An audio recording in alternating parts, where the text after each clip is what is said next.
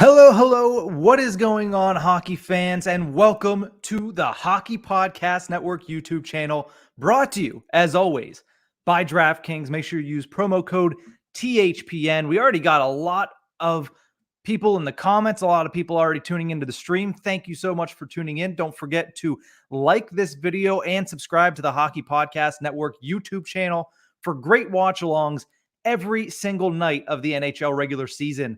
And tonight, we will be watching along to this interconference matchup between the Pittsburgh Penguins and the Winnipeg Jets. Like I mentioned already, plenty of people going off in the comments. Manny Davison saying, "Let's go Pens." Wait, there it is. Manny Davison, a Pens fan. Obviously, we have a couple other people saying, "Let's go Pens." Kate Berry, welcome back. She was with me the last time that I did a watch along for the Pittsburgh Penguins, and Hikaru K, who was with me literally the entire game last time, is also already here in the comment section. Kate also saying, "Let's go Pens." A lot of Penguins fans already. And then, of course, a little shameless plug there saying my favorite guy. I appreciate you, Kate, for joining us and tuning in once again.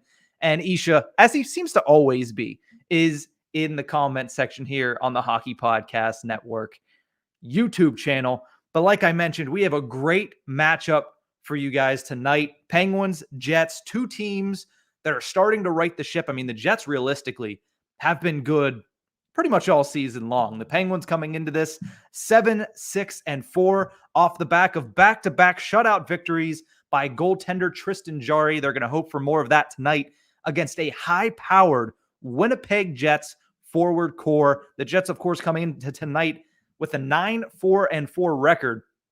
And right off the bat, we have some fun stats for you, courtesy of the website that we like to use, flashscore.com, showing the last 5 games for each of these teams. It's kind of a complete opposite. For the Pittsburgh Penguins, they lost 3 and then have won the previous 2 games. For the Winnipeg Jets, they won that 3 and then they've lost the previous 2 games. So a matchup here where we have the Jets looking to get off a quick schneid, and we have the Penguins looking to keep the momentum that they already have. So if you're just joining us, and this is the first time you're joining us, welcome to the Hockey Podcast Network YouTube channel. We have watch-alongs like this basically every single night, covering pretty much every team across the NHL. So 100%, we have a great game for you tonight coming out of Canada Life Center in Winnipeg, Manitoba, Canada. Penguins, Winnipeg Jets. This game is going to be a battle of realistically offenses and some pretty good goaltending as well. So let's get down into the breakdown because the game is set to start in just about 10 to maybe a little bit less than 10 minutes, but it should be a good one. The first thing I want to talk about is my player to watch. I have a player to watch on either of these teams, and realistically, I have 2 players to watch for the Winnipeg Jets that I think are going to probably have a pretty good game tonight. So I'll start with Pittsburgh since I only have one player on their side. For the Pittsburgh Penguins, if I'm watching this game from their standpoint, I'm definitely taking a look at Jake Guentzel.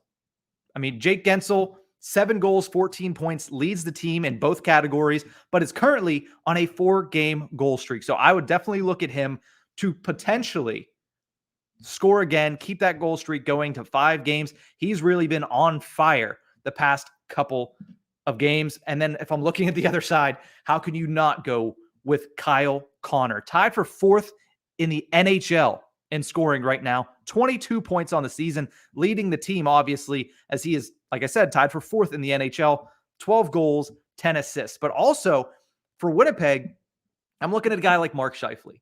Scheifele had a really rough start to the season. Obviously, coming off of the way he ended last year with that suspension in the playoff game against the Montreal Canadiens. He did not get off to a hot start this year, but as of lately, a little bit better for Scheifele. 4-game point streak heading into tonight. He's a guy that is always dangerous with the puck, quick release, great shot, somebody that they're going to need to rely on to beat Tristan Jarry tonight, who is in net for the Pittsburgh Penguins. And if you've watched any of the recent Penguins games, you know that Tristan Jarry has been the real MVP for the Pittsburgh Penguins here. Looking at his record, obviously 7-4-3 on the season, 2.17 goals allowed average, and a .927 save percentage. That pretty decent If you ask Penguins fans, they're going to say they need more from him, but that's still top 10 in the NHL in goals allowed average and save percentage. His current shutout streak, though, as I mentioned, coming off of back-to-back shutouts, currently 149 minutes and 47 seconds without giving up a goal for Tristan Jarry for the Pittsburgh Penguins.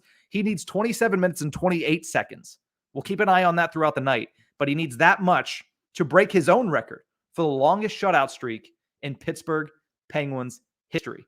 On the other side of things, you have perennial Vezina Trophy caliber player in Connor Hellebuck between the pipes. I actually have to make sure and double check that he's there, but I don't see why he wouldn't be. He didn't play in the last game for Winnipeg, and it's been 3 days since that last game. So let me double check Winnipeg and make sure that they are starting Hellebuck. But at last glance, that's who they were having between the pipes. If he does go, which is expected, he is 6-2-4 with a 2.63 goals allowed average and a 918 save percentage, which on the surface, not 100% fantastic, but if you look at even closer lately in November, 3-0-2 with a 1.55 goals allowed average and a 948 save percentage. So he is definitely looking up in Winnipeg. Looking at the rest of this slate here, looking at some of the comments, because, I have a little bit of previewing that I got through already. I want to take a look at some of the comments here. Obviously, Kate Barry is always in the comments, says, our girls hockey is only good for Wisconsin. Yeah, I 100% agree. And we also have the Hockey Hack. He's joining us saying, let's go Pens. Lots of Penguins fans once again. Hikaru says, hoping to see the power play right their ship, but he's not getting his hopes up. It's fair. It's fair. I wouldn't get the hopes up either, because the Pittsburgh Penguins power play is 32nd right now in the NHL, and there's 32 teams in the NHL. So not great, but luckily for them, they do have the number 1 penalty kill in the National Hockey League. Makes up for it a little bit, just a little bit. So looking at Winnipeg special teams, 31st in the NHL in penalty kill. So if the Penguins are going to right the ship at some point, you would think that it's going to be today against this Winnipeg Jets team. If they get power play opportunities, you would think they're going to be able to capitalize on it, because the Jets power or penalty kill is absolutely awful. Sorry about that, Hikaru. She, not he. Thank you for joining. Sorry about that. Did not know. Now I do. We're getting to know each other even more here on the Hockey Podcast Network stream. But looking at the rest of this matchup, two teams that offensively can get the job done. Two teams that defensively can struggle at points. If I'm giving an edge anywhere in this matchup, it's going to be to the Pittsburgh Penguins defense when it comes to the back end, just because I think they're a little bit better. But at the same time, I look at that Winnipeg Jets defense. They were awful to start the season, but at the same time, they've turned it around a little bit more. They've given Connor Hellebuck a little bit more help in the previous couple of games. As you can see, his numbers have obviously shown that, only given up 1.5 goals per game this month. It's something that the Pittsburgh Penguins, who recently have found their offense, 6 goals against the Canadiens last week, 2 goals against the Toronto Maple Leafs, but could have been much, much more. It's going to be a true test for them to see what they can do against a hot goaltender, because as we saw a couple weeks ago when they ran into Jacob Markstrom in Calgary and they ran into Andrei Vasilevsky of Tampa Bay, they were not able to get the job done. But luckily, they didn't have Sidney Crosby back then. They do have him tonight in, I believe, his 6th game since coming back from the COVID list. So it's going to be a fun game. We're just seconds away from puck drop. I'm trying to hit the stream up here on my television, but ESPN Plus, as it was last time, lagging behind here and starting the streams. But I'm going to ask everybody listening, who do you think is going to score the first goal today? Whether it be Penguins, whether it be Winnipeg Jets, who is lighting the lamp first in this matchup?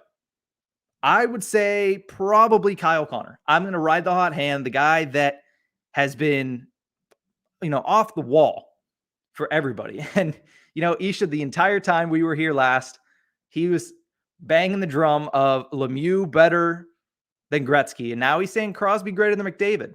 Overall career, it's hard to argue. Right now, I don't think I would agree. It's pretty hard to go against Connor McDavid. Honestly, it's pretty hard to go against Leon Draisaitl. Those guys are on a historic pace to start this season. Hikaru K, she says, first goal, Chris Letang.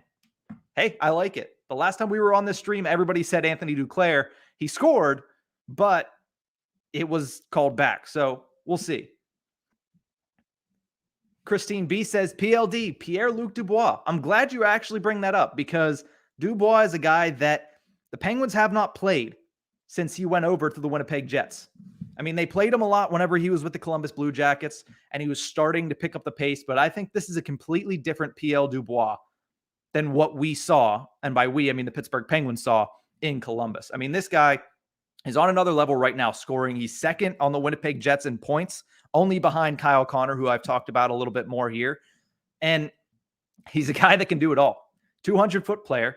He's a Barry Melrose guy. He's a John Tortorella guy. He blocks shots. He gets in the way. He plays some pretty good defense from a forward position. But he's also a guy that this year has started to find the back of the net. And after a season that he struggled last year with, getting traded, getting injured really for the first time in his entire career, he's starting to find a home in Winnipeg. And that is dangerous for the entire Central Division as well as the entire National Hockey League. Let's check in on Isha, who's still banging that drum. Until Crosby retires, he's the best player in the league. If you would have told me that 2 years ago, I would have agreed. But, 105 points in 55 games last year. And this year he already has, over 25 points? I mean, Draisaitl has over 30 in 15 games. It's hard to argue with that. And he says, and Lemieux is the greatest of all time. We did discuss this when I was on this stream last time when the Penguins took on the Florida Panthers. And yeah, a lot of people agreed. Lemieux is the greatest of all time. And that's definitely where I agree in the history books. Points don't matter if you don't win. Well, that's fair. But I mean, this year, Edmonton Oilers are winning hockey games. Now, we'll see if it translates in the postseason. But as of right now, they're winning hockey games in the Pacific Division. We should be getting closer to puck drop here. Let me try to bring this stream up once again. There we go. Reloading. And we are live now. Another little tidbit for this game is it is Hockey Fights Cancer Night in Winnipeg. If you're watching the stream right now, you're seeing a video package for Hockey Fights Cancer Night. It's a very important night for Jets defenseman Josh Morrissey, who will be honoring his late father, Tom, who passed back on August 8th after a long battle with cancer. So, wore a custom purple blazer to the game. That will be auctioned off for charity. So if you are so inclined and you would like to have that, that is something that the Winnipeg Jets are doing. So you're killing me and you're the Pens fan. I am, but I'm also impartial, Isha. I cover the whole league for the hockey hotbed. You got to be impartial. I mean, sometimes I lean, but for the most part, I try to remain impartial between the Penguins and the rest of the National Hockey League. So we are just minutes away from puck drop up in Winnipeg right now. Exactly. Isha says stick taps to the Jets, 100%. And I don't have the volume on here because I'm talking to all you lovely people on the Hockey Podcast Network YouTube channel. So I don't know what they're saying, but obviously it is for Hockey Fights Cancer Night and something that the entire NHL really goes through. And this is about the fourth or fifth time the Penguins have played in one.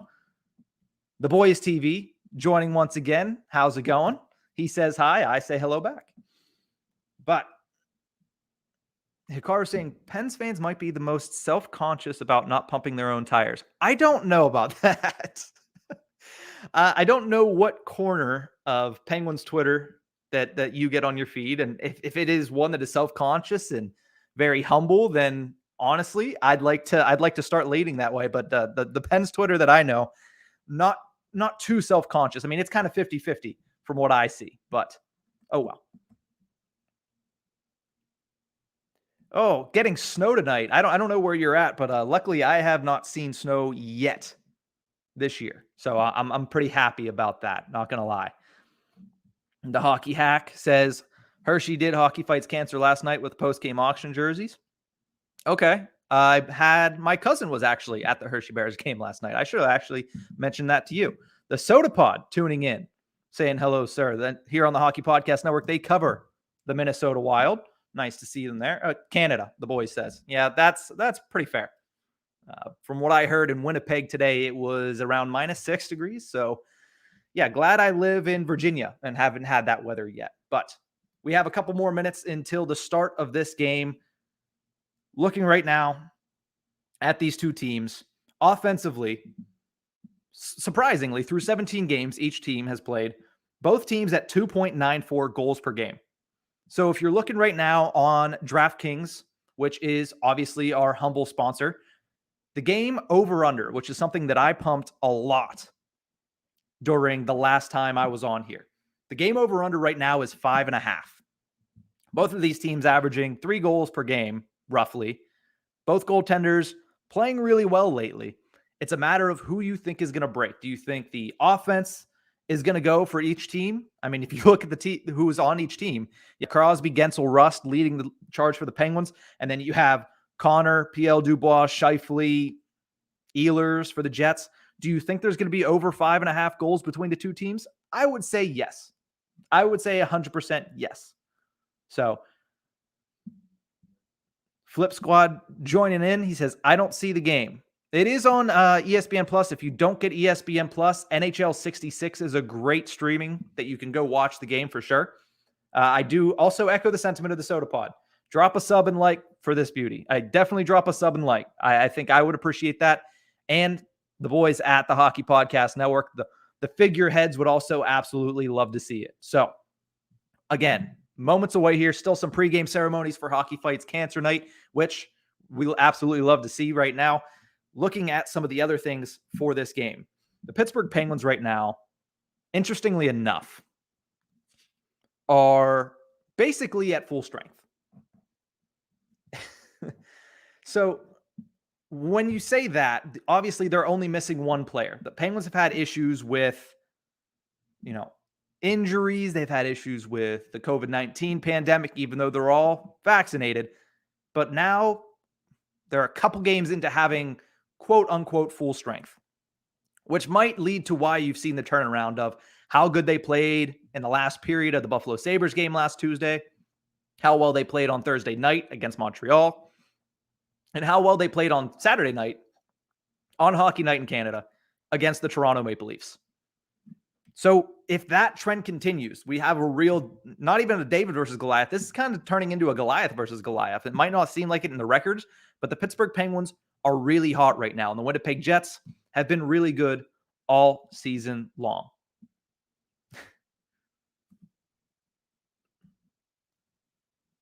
So, looking at some of the other stats, this is going to be really close.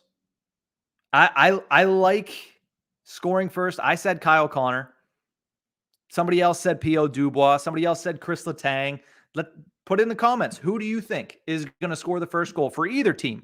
I said on the Tip of the Iceberg podcast, the podcast I do covering the Pittsburgh Penguins for the Hockey Podcast Network, I said I wouldn't be surprised if Adam Lowry scored tonight. Just always seems like Adam Lowry gets the scoring going. Flip Squad says he doesn't see the game. No, I don't show the game here on live stream just because I don't have the rights to it on the Hockey Podcast Network. But like I said, if you try NHL 66 and if you try ESPN Plus, it should be available on both of those as well.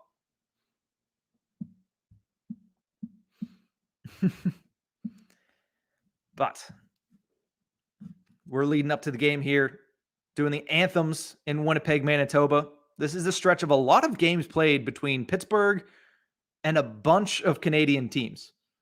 Obviously, they started the Canadian road trip taking on Montreal Canadiens. Then they went up against the Toronto Maple Leafs. Now they're playing Winnipeg on Wednesday night in what seems to be pretty much something they do every single year. The Pittsburgh Penguins will host a game the night before Thanksgiving, and it'll be against the same team that they faced the last time they played a night before Thanksgiving game in the Vancouver Canucks. If you remember that game from 2019 before Thanksgiving, it was ridiculous. I think it finished with an 8-6 score. At one point, it was 6-3 Vancouver Canucks. So that game on Wednesday will be really good. I think this game might be a little bit closer just because, again, Winnipeg, I'm not going to lie. I have them as the Western Conference champions this year. That was my prediction at the beginning of the year. You might think that I'm crazy, but That's exactly where I pinned them preseason on the Hockey Hotbed, a podcast I do covering every team in the NHL. I had the Tampa Bay Lightning in the East, and I had the Winnipeg Jets as my dark horse pick to come out of the Western Conference. And so far, they've played extremely well. I mean, they're doing that with Scheifele, who had struggled to start the season. They're doing that with Hellebuck, who struggled to start the season. Their defense got off to a really bad start. And then, like I mentioned, a really bad penalty kill as well. So they're still able to pull out wins 9-4-4 in a division that right now, I mean, Minnesota is good. I'll give them that. Looking at the rest of that division, Colorado has struggled. You have Nashville in the top 4. I don't think that's going to last. And also, I mean, I'm trying to think of who else is in there. I mean, you have Winnipeg, who I like. You have Minnesota. There's one team I'm missing, and I can't think of them right now. I'm going to have to cheat and pull up the standings. St. Louis. I always forget St. Louis. I really underrated St. Louis coming into this season, but they've kind of proven me wrong. But still, I think that Winnipeg has a leg up on every team in that division, mainly because I think they have the best goaltending, and I think they have the deepest forward core. I think right now they're a team that, and as Isha also put in here, with Winnipeg finally having a defense, they should run the West. And I completely agree. I mean, this team, 3 of the last 4 years, they were eliminated by a team that went to the Stanley Cup Finals. That's the drum that I've been banging since the beginning of the season whenever I figured that out. I've said that probably over 100 times, and I'll continue to say that when I try to back the Winnipeg Jets as my Stanley Cup finalist team. So we are closing in on puck drop. Everything is done. We're about 30 seconds away from the drop of the puck between the Penguins and the Winnipeg Jets. Thank you to everybody that is tuned in for pregame. I hope you stay with us throughout the entire game because we will be here on the Hockey Podcast Network YouTube channel. Make sure you drop a like. Make sure you subscribe to the network because we have watchalongs similar to this one every single night of the NHL regular season. This is my second one and probably the second of very, very many because I enjoy doing this. I enjoy talking to everybody in the comments as well. The puck is dropped and the game is underway. The Pittsburgh Penguins starting off and an opportunity here for Jake Guentzel. We said a player to watch. He sends it across and a big save made by Connor Hellebuck. That is one way to start if you're the Pittsburgh Penguins. Jake Guentzel right out of the bat getting a great opportunity, sending it across to Sidney Crosby and Connor Hellebuck doing Connor Hellebuck things and showing why he's a Vezina caliber guy, making a huge save to open up the game. Before this game, I was watching the scoring fest between Columbus and Buffalo.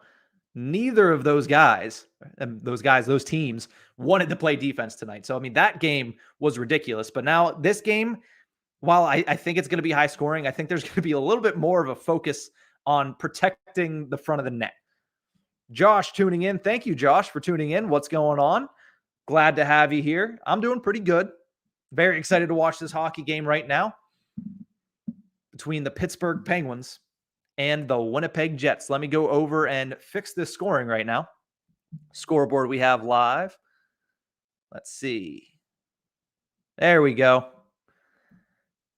Make sure we're all set up right here. So 0-0, obviously the score only a couple of minutes into the game here. One great opportunity early on by Jake Guentzel over to Sidney Crosby, but a nice save was made by Connor Hellebuck. And that seems like that's going to be what we're going to see from a lot of this game is going to be some really good goaltending. Like I mentioned, Tristan Jarry right now riding a long shutout streak, looking to break his own record that he previously set back in 2019. About the same amount it was about the same time. He set that record early December of 2019 with a couple of shutouts against the Arizona Coyotes and the Buffalo Sabres. Now, of course, he shut out the Montreal Canadiens last Thursday, and he shut out the Toronto Maple Leafs on Saturday night on Hockey Night in Canada. A great place to do it as well. Penguins right now have a little bit of zone time over the Winnipeg Jets. But as you would expect from, interconference matchup, first time these two teams have played since 2019, early 2020. They didn't play it all last year because of the COVID shutdown and obviously the realigned divisions. So obviously there's going to be a feeling out process. It's what you see every single time honestly, even if the two teams had played already in the season, you see a feeling out process most of the time between interconference matchups. And here's an opportunity 2-on-1 for the Jets coming in, shooting, and a big save made by Tristan Jarry. One for Hellebuck, one for Jarry already in this game. Nice save on a 2-on-1 by the Winnipeg Jets, and a save was made by Tristan Jarry, starting out hot on his end as well. One guy on the Jets that I'm interested to see, obviously he's leading the team in defensive scoring for the Jets, and that's Nate Schmidt. He's a guy that obviously the Penguins have seen a lot of thanks to his time in Washington. Went over, was really, really good for the Vegas Golden Knights, and then last year just couldn't get anything going for the Vancouver Canucks. Hopefully finding a home here in Winnipeg. So far, he's found his scoring. His defense, I mean, it's never been top tier, and it probably never will be top tier for Nate Schmidt. But as long as he has his offense going and he's playing and dancing around a Corsi and expected goals for of around, 48 to 50, that's the best that the Winnipeg Jets can hope for. As long as he's scoring points, that 48 to 50 Corsi and expected goals for, they're going to be fine with that. Obviously, Isha is a Canucks fan. He said his heart is broken. Isha, we're going to have to go toe-to-toe on Wednesday. I mean, it might not be, I'm not going to be able to jump on a stream, but we're going to have to go toe-to-toe on Wednesday on Twitter. Penguins versus Canucks, that's for sure. But, I mean, you look at this Winnipeg Jets team right now. They look a little bit more tentative than the Penguins. But the Penguins, obviously, with Todd Reirden as their defensive coach right now, he's been preaching since he came back last season, jumping up in the play for the Pittsburgh Penguins defense, activating the defense, if you will. And that's going to cause a lot of opportunities for the Winnipeg Jets.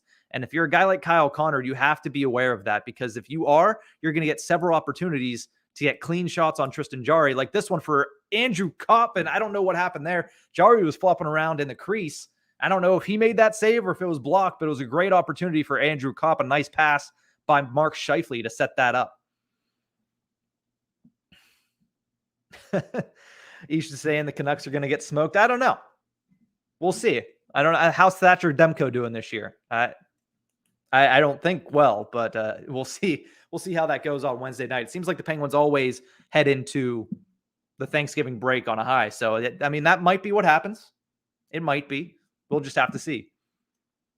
Even on the replay, I can't really see if that was a save made by Tristan Jarry on Andrew Kopp or if it was just deflected wide. But nonetheless, a really good opportunity there for the Winnipeg Jets to no avail. One thing the last time I was on the stream that the Pittsburgh Penguins were really struggling with, and I also went to see that massacre that they had when they played in Washington. One thing that was a big issue for them there was the face-off dot, and the save made again there from Tristan Jarry. Adam Lowry in front of the net, Jeff Carter able to get him out. But one problem the Pittsburgh Penguins did have is the face-off dot. I know they've been working on that a lot, but at the same exact time, you got to be better. I mean, Sidney Crosby in the face-off dot has not been great this season. Jeff Carter, basically a non-existent face-off guy so far this season. You need to start turning that around. I know a lot of people say, well, it's just face-offs. More importantly, a lot of those face-off losses were in the offensive zone. And that was a big reason why before this quick little stretch, Penguins were struggling to get offense going, because anytime they had an offensive zone face-off, immediately they were turning the puck over, they were losing the face-off, and they would lose all momentum that they set up by getting that offensive zone face-off. So we'll keep an eye on that tonight, see what the Penguins are able to do. As of right now, the face-off battle is, let me double check here.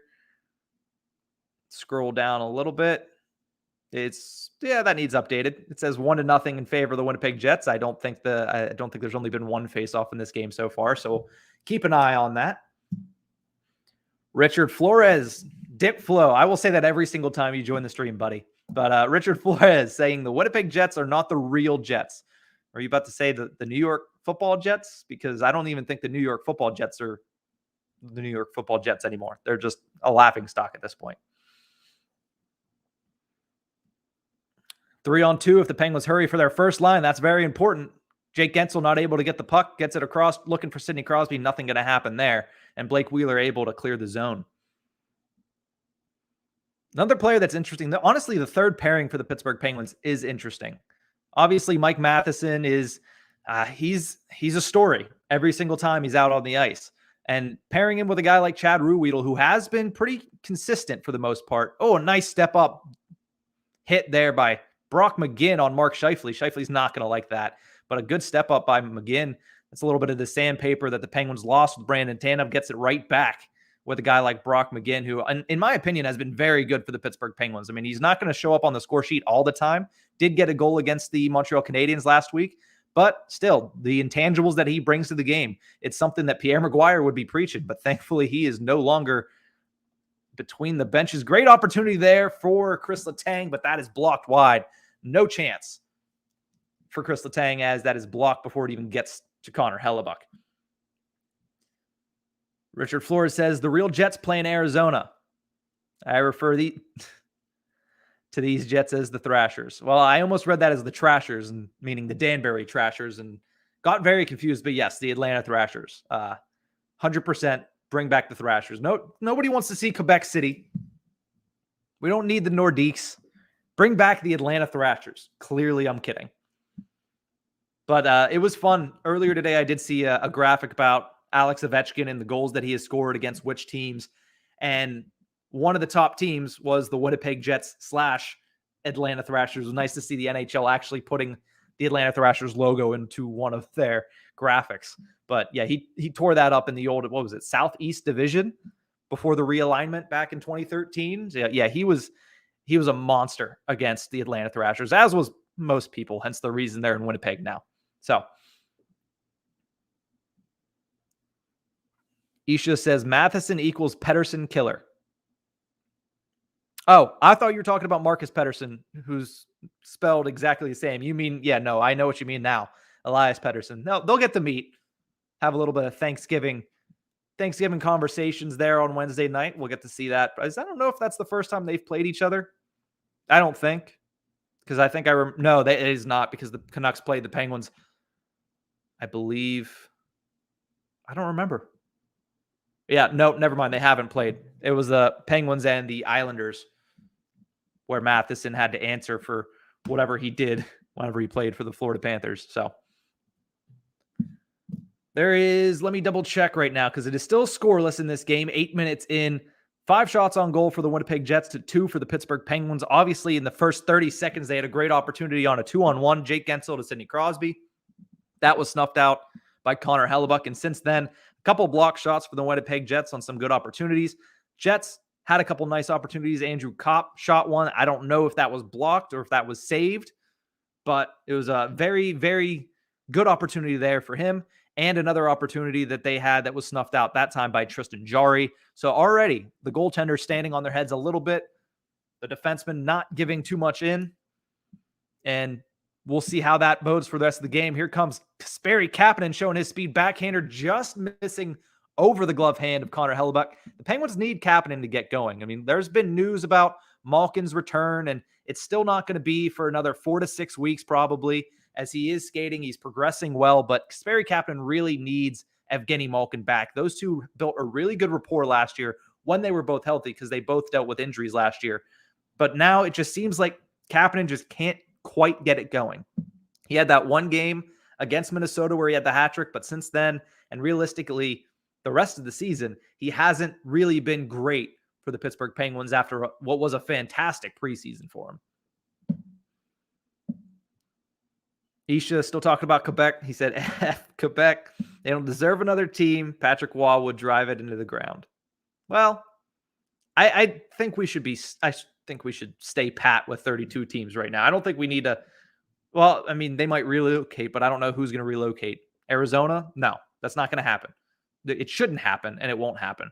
So I don't think there's a way for Arizona, a way for Quebec to sneak into the league right now, especially right after. I mean, this is the season where we're just starting with Seattle. They're not going to look for a 33rd team or to relocate a team, I don't think, in any of the next couple of seasons. PL Dubois stood up there by Chris Letang. Good play there. I mean, you're going to have to stop Dubois when he's coming into the zone. He's a big guy, and if you let him get a full head of steam going, then it's going to be tough to stop him. And he has pretty good hands, so he could dish it off to a guy like Connor, who, I mean, 4th in the league and scoring for a reason. He has a great shot. That's going to be an icing there, so the Penguins are going to get an offensive zone faceoff. We'll see what they do with this one. They've struggled with offensive zone faceoffs this season, so we'll see what they are able to do with this one.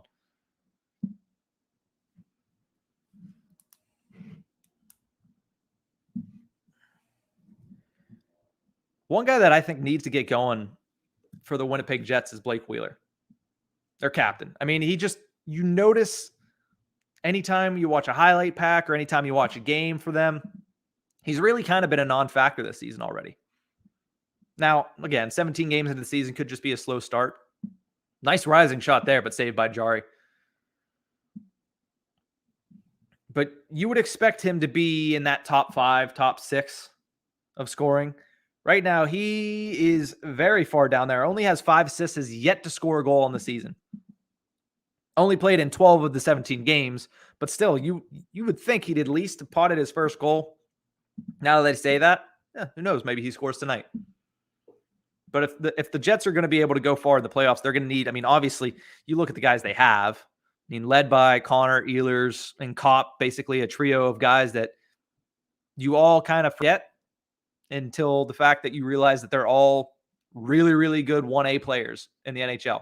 Then you have Dubois, you have Paul Stastny, who's there as just a statement piece up the middle.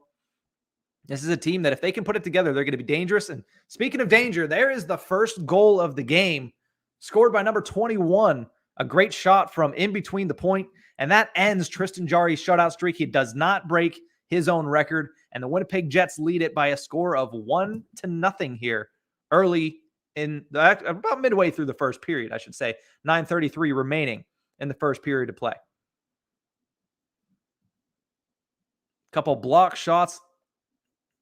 And realistically, that was all started by a turnover by Chad Ruhwedel, and then there was just too much traffic in front and a nicely placed shot there for the Winnipeg Jets, and they are up 1-0. Interesting fact and tidbit about the Pittsburgh Penguins this season, they are 0-5-1 when not scoring the first goal. When giving up the first goal, they have not won a game. They are 0-5-1, and when they do score the first goal, they're 7-1-0, but that's not going to apply to tonight. That is scored by Toninato. I think his first name is Ryan. That's his second goal of the season, assisted by Neil Pionk and Brendan Dillon. Let me double check his first name there. But a nice shot there. Pretty much great offensive zone time for the Winnipeg Jets on that shift, and it led to a goal. I mean, it all starts with a good forecheck, and that's something the Penguins like to pride themselves on. But the Winnipeg Jets able to do it on that shift, and it pays dividends as they get the early lead 1-0 here. The Jets starting to kind of pull away from the Pittsburgh Penguins here when it comes to shots on goal. Right now leading 9-2 after the Penguins, like I said, had that really early opportunity from Gensel to Crosby, not able to beat Connor Hellebuck. And since then have not really been able to get much going. It's not Ryan. I believe it's Dominic Toninato. Let me try to pull it up here. The app that I'm using is very, very slow right now.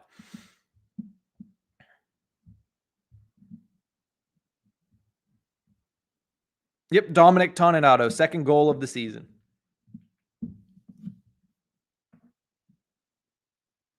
Don't Be Horrible, I love that name, says, Sup, who is your team, Nick? Grew up in Western Pennsylvania, so technically my team is the Pittsburgh Penguins, but for the network, I do cover all 32 teams in the NHL, so I try to remain as unbiased as possible.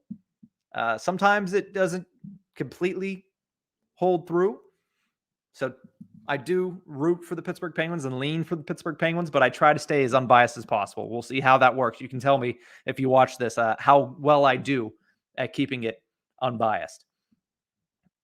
Ish is saying, remember when St. Louis was almost moved to Saskatchewan or St. Louis? I'm thinking of Marty St. Louis for some reason. He was my favorite player growing up. Remember when St. Louis was almost moved to Saskatchewan? I don't. I don't at all. Okay, here's a good question. Also says, tell me about the Hockey Podcast Network. Why are they different people? Why are there different people each time on the channel? Well, there's different people each time on the channel just because that way we can keep it fresh.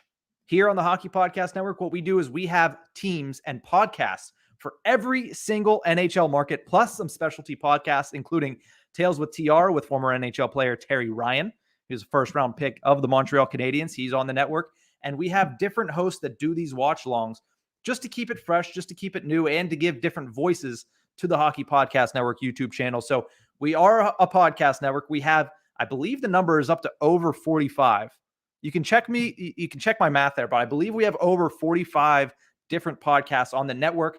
Again, every single NHL fan base, all 32. Some have multiple podcasts for each team. And then, of course, we have specialty podcasts like the House of Hockey podcast. We have Bar Down Breakdown, which ties in music and hockey, a really cool concept. So definitely, if you're into the NHL, if you have a couple different teams, check out the Hockey Podcast Network. And geez, almost 60. I undersold THPN there. Sorry about that. I said 45. We're almost to 60 unique podcasts now on the network that have new podcasts dropping literally every single day. And almost every day, we do a watch along here on the Hockey Podcast Network YouTube channel. So if you like what you're seeing now, definitely drop a like.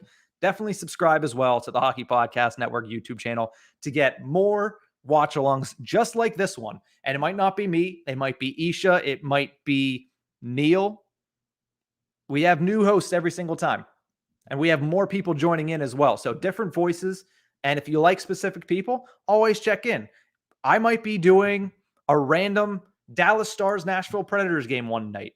It's just people who love hockey getting to come on here and meet new people that also love to talk hockey. That's what this is for. It's a fan forum to discuss the games while watching a specific one. And tonight just happens to be the Penguins versus the Winnipeg Jets. I have actually never met anybody else at the Hockey Podcast Network other than my co-host for the Tip of the Iceberg, Nick Horwat. We went to college together. I've never met them in person. They reached out on Twitter and did a lot of scouting. So that is how we all came together. So it's a very interesting story that's probably going to end up being a book one day, and I will not be the one to write it. I can promise you that. Winnipeg now leading 10 shots to 2 with about 7:50 remaining in the first period. The Penguins, after a strong start, have not been able to get much going. And if you're not going to test Connor Hellebuck, it's not going to go well for you. And already down 1-0, a Penguins team that has not won a game this season after conceding the first goal. We'll have to keep an eye on whether or not they can face that adversity and come back.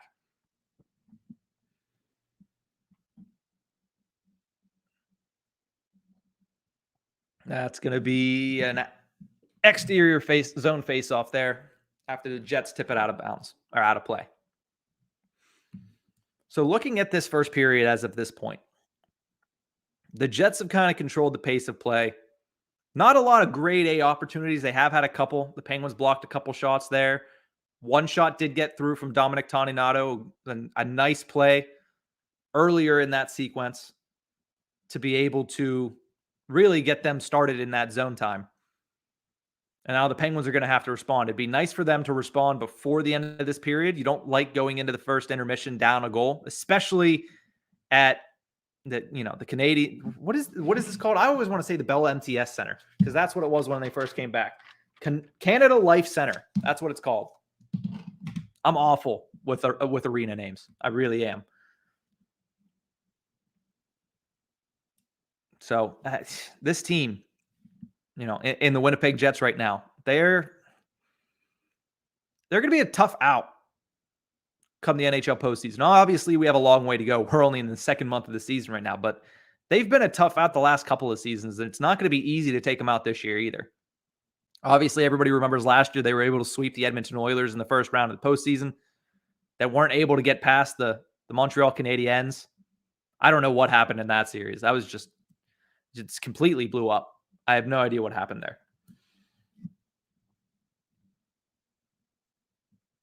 Yeah, that's a question. You're trying to get me in trouble there. You're trying to get me in trouble. Who are the best podcasters? I obviously have a couple friends on the network that I, again, still haven't met, but people that I've known for 2.5+ years. I'm not gonna rank them. I think that's a quick way to get a couple mean DMs. But definitely check out some if you're a specific fan of a certain team. I mean, who are you a fan of? I mean, do you lean any which way? Do you like one of these two teams, the Penguins or the Jets? And honestly, if you like a team that's not here, I can give you a pretty good idea of who you should be listening to because the network has, like I said, they have a podcast for every team, and some teams they have a couple podcasts for. So it seems like every time the Pittsburgh Penguins get the puck into the zone, they're just not able to get in on the forecheck like they usually are able to do. Seems like the Jets defense, which I kind of made fun of earlier before the game started, they've been able to keep the puck away from the Penguins forwards pretty well. There it is again. They're just getting the puck, being able to clear it. Penguins are going to get it back, but again, they had no opportunities there on Connor Hellebuck. We're 15 minutes into this game, and the Penguins still only have 2 shots on goal. That is not enough. And when we talk about the first shot on goal was a great opportunity, but there's one. Jake Guentzel shot on goal, but it was saved by Connor Hellebuck.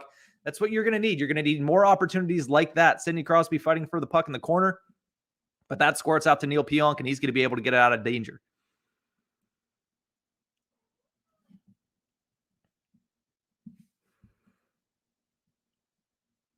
Connor Hellebuck, only 3 shots on goal, but I feel like all 3 of those shots were pretty difficult saves to make.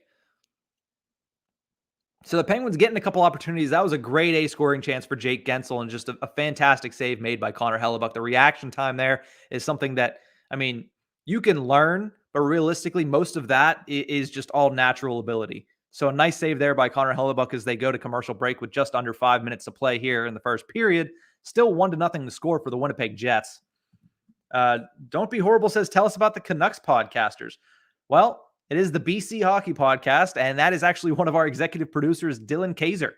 He is, him and Isha, who is in the comment section right now, are the men, the myth, the legends, the ones that brought this all together, the ones that created this fantastic platform.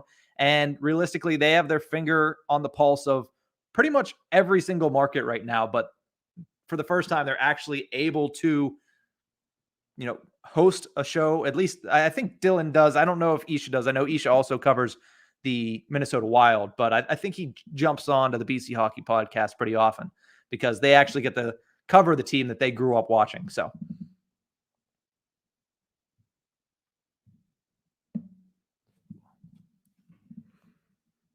about 5 minutes left to play here in the first period. Jets have kind of controlled the play for the majority of the period. Obviously, more opportunities, more shots on goal.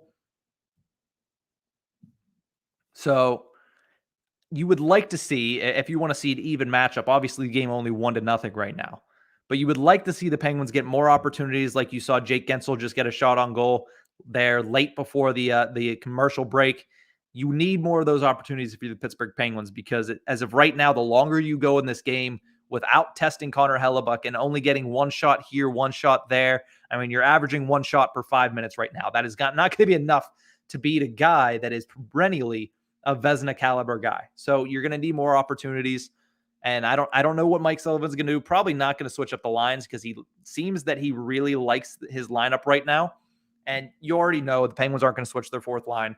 That never really changes. They're not going to really switch their first line, and they don't have the middle 6 right now to be able to just play with. So you're going to see the same lineup. You're not going to see many lineup changes by Sullivan here late in the first period, or probably at all in this game.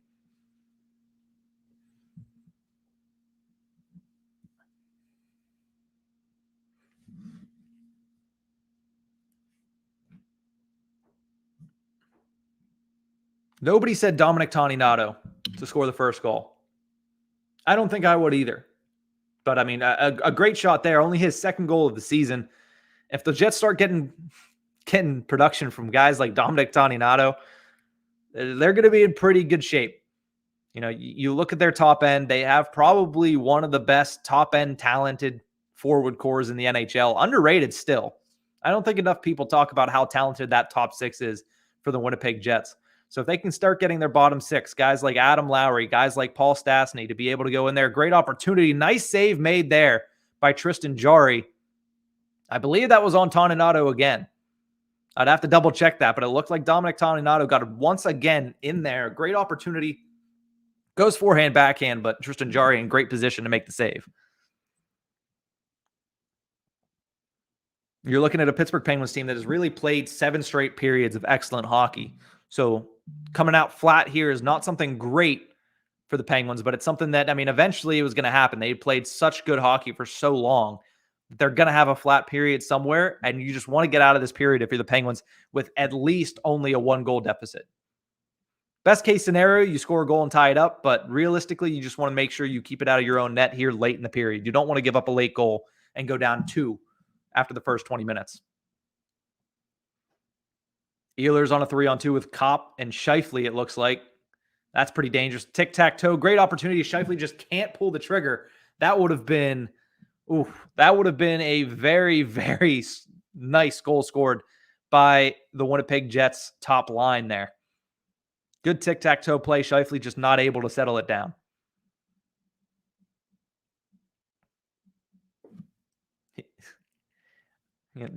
Don't be horrible again with a question trying to get me in trouble. I'm not picking between the executive producers. That's not going to happen. It's like asking me, if I had kids, it's like saying, oh, who's your favorite kid? Or I have 2 cats. Who's your favorite cat? I can't answer that question. That question's easily going to get me in trouble. No, Isha, I'm not answering the question. We'll cut the commercial break before I answer that question. And you know me, I don't do commercial breaks very often during these. But thank you to everybody that has tuned in. Dylan is better. You can say that. I don't know. I plead the 5th. Thank you to everybody that has tuned in so far. Just a couple minutes left in the first period to play here between the Winnipeg Jets and the Pittsburgh Penguins right now. 1-0 lead for the Jets on a Dominic Toninato goal. Penguins have really been outplayed here in the first. The Jets are doing a great job of stifling the Penguins' forecheck and just getting really clean zone exits. Another chance to see one here. Pass right up the middle, and that's going to go for icing. Just as I say that. Clean zone exits, and they ice the puck. That's about how it goes. Between these two teams right now, obviously the Winnipeg Jets are in a better position. They're in less of a challenging division. They've played better. I think they have I know they have the better goaltending. Another opportunity there for Jake Gensel. And that one is stuffed by Connor Hellebuyck once again. Came in like a butterfly shot, though. I think it was blocked a couple times. Slap pass by Brian Dumoulin. Brian Russ not able to contain it. And out come the Jets. An opportunity here. Brendan Dillon leading the rush. Not something you get to say very often. For the Penguins to score, I think they're going to want to open this up a little bit more going forward. You were playing tentative a little bit to begin with, and now you've got a couple of shots on goal. Now you're up to 5, but that's not enough to beat Hellebuyck. You need more opportunities. You need to get it going. Matty D, thanks for joining us. Says thoughts on the game so far. And up to this point, I think Winnipeg has played the game that they want to play. They're stifling the Penguins' forecheck, which is most of the times the key to success for the Pittsburgh Penguins, is transitioning the puck, getting turnovers in the offensive zone. They haven't been able to do that so far tonight, so the Jets have done a really good job of that. And the Jets have really had a couple of really good grade A opportunities on Tristan Jarry, both goaltenders playing exceptionally well. And the only goal of the game by Dominic Toninato, a well-placed shot with traffic in front, all started again with the Winnipeg Jets doing exactly what the Penguins need to do to score on their own right, and that's force a turnover on the forecheck and get some zone time, and a great shot there by Toninato. So that's what I think so far of the game. I think so far it's been a pretty tightly contested contest, but for the most part, I think Winnipeg has controlled the high-danger opportunities, and they've done a good job at boxing out the Penguins, who are about to take a penalty with just about 21 seconds here left in the first. I think that's going to be Marcus Pettersson for interference on Adam Lowry. Looks like that's who's going to be going to the box there. Lowry, a big body. He went right around. Yeah, that's easily going to be interference on Marcus Pettersson. So the Winnipeg Jets power play ranked 16th in the National Hockey League, going to go up against the Penguins' top-ranked penalty kill, something that Pittsburgh fans they're happy about. They want a better power play, but it's nice to look back and see that you have the best penalty kill. So anytime you do make a mistake like Pettersson just did, they've been able to rely on the 4-man kill. So just about 20 seconds here to go. It'd be a real backbreaker for the Penguins and a really good momentum getter for the Jets if a goal was scored here late in the first. Winnipeg's power play now, it shows, is 11th in the NHL. I feel like that was wrong. I mean, at least different from the stops that are the stats that I saw. Penguins are going to be content to eat that here in the corner. No play is made, and that's going to do it for the first period of play. The Winnipeg Jets take a 1-0 lead into the first intermission here in Winnipeg. Right as the first period ends, we're joined by Espen and Eric. Hey, what's up, everyone? What's going on? I believe I'm trying to see. I have a really small screen here. I believe that's a Columbus Blue Jackets player on your Abby. I wonder if they're still winning. They were taking it to the Buffalo Sabres the last time I checked, which was before this game started. But a great first period of play if you're a Winnipeg Jets fan. I mean, they came out. They clearly had a game plan, and that was to make sure the Penguins' forecheck was not able to get going. So they had a really good game plan. They played it well. After a great opportunity early on in the first period by Jake Gensel getting it over to Sidney Crosby, and a nice save was made by Connor Hellebuck. From that point on, it was really all Winnipeg Jets. I mean, the Penguins were able to get a couple of opportunities going there, but for the most part, the Winnipeg Jets kind of held momentum there in the first period of play. So some of the stats from the first period of play: 11-5 were the shots on goal for the Winnipeg Jets. Block shots 6-4 in favor of the Pittsburgh Penguins. Penalties, of course, the Penguins only taking that penalty with 20 seconds to go in the first period. Marcus Pettersson on a holding call. Hits 17-8 in favor of the Pittsburgh Penguins. Faceoffs 9-6 in favor of the Penguins, but also giveaways 3-2. Penguins having more than the Winnipeg Jets. And obviously, the score after one is 1-0 in favor of the Canadian team, the home team here, the Winnipeg Jets. Yeah, of course I'll answer questions during the intermission. I'll answer questions about the Pittsburgh Penguins. I'll answer questions about the Winnipeg Jets. I'll answer questions about any of the 32 teams across the NHL. No problem about that. Now, my intelligence varies because only one brain and two pairs of two eyes can watch so much hockey, but I try to watch as much as I can. So if you have questions, fire them away here in the comments section. But thank you to everybody else. And honestly, thank you to everybody that is tuned in so far. Thank you to everybody that's watching currently, to the Hockey Podcast Network YouTube channel here, doing a live watch along of the Pittsburgh Penguins against the Winnipeg Jets. But before we continue, I am going to take a quick break. And when I come back, I will talk about the Canucks. I promise that. But I'll take a quick break for right now. When I come back, talking about the Vancouver Canucks and a little bit more about this game between the Jets and the Pittsburgh Penguins.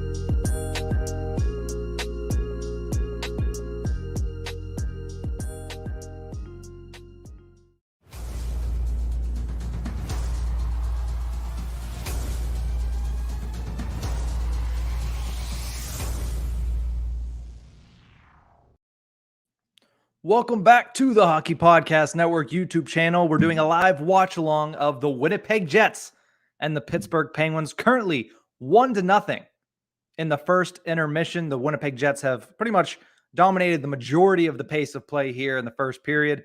And that's something that if you're them, that's exactly what you want to do against the Pittsburgh Penguins. You want to stifle their forecheck, make sure that you're playing a lot in their zone and making Tristan Jarry make plenty of saves, trying to get him off of his game.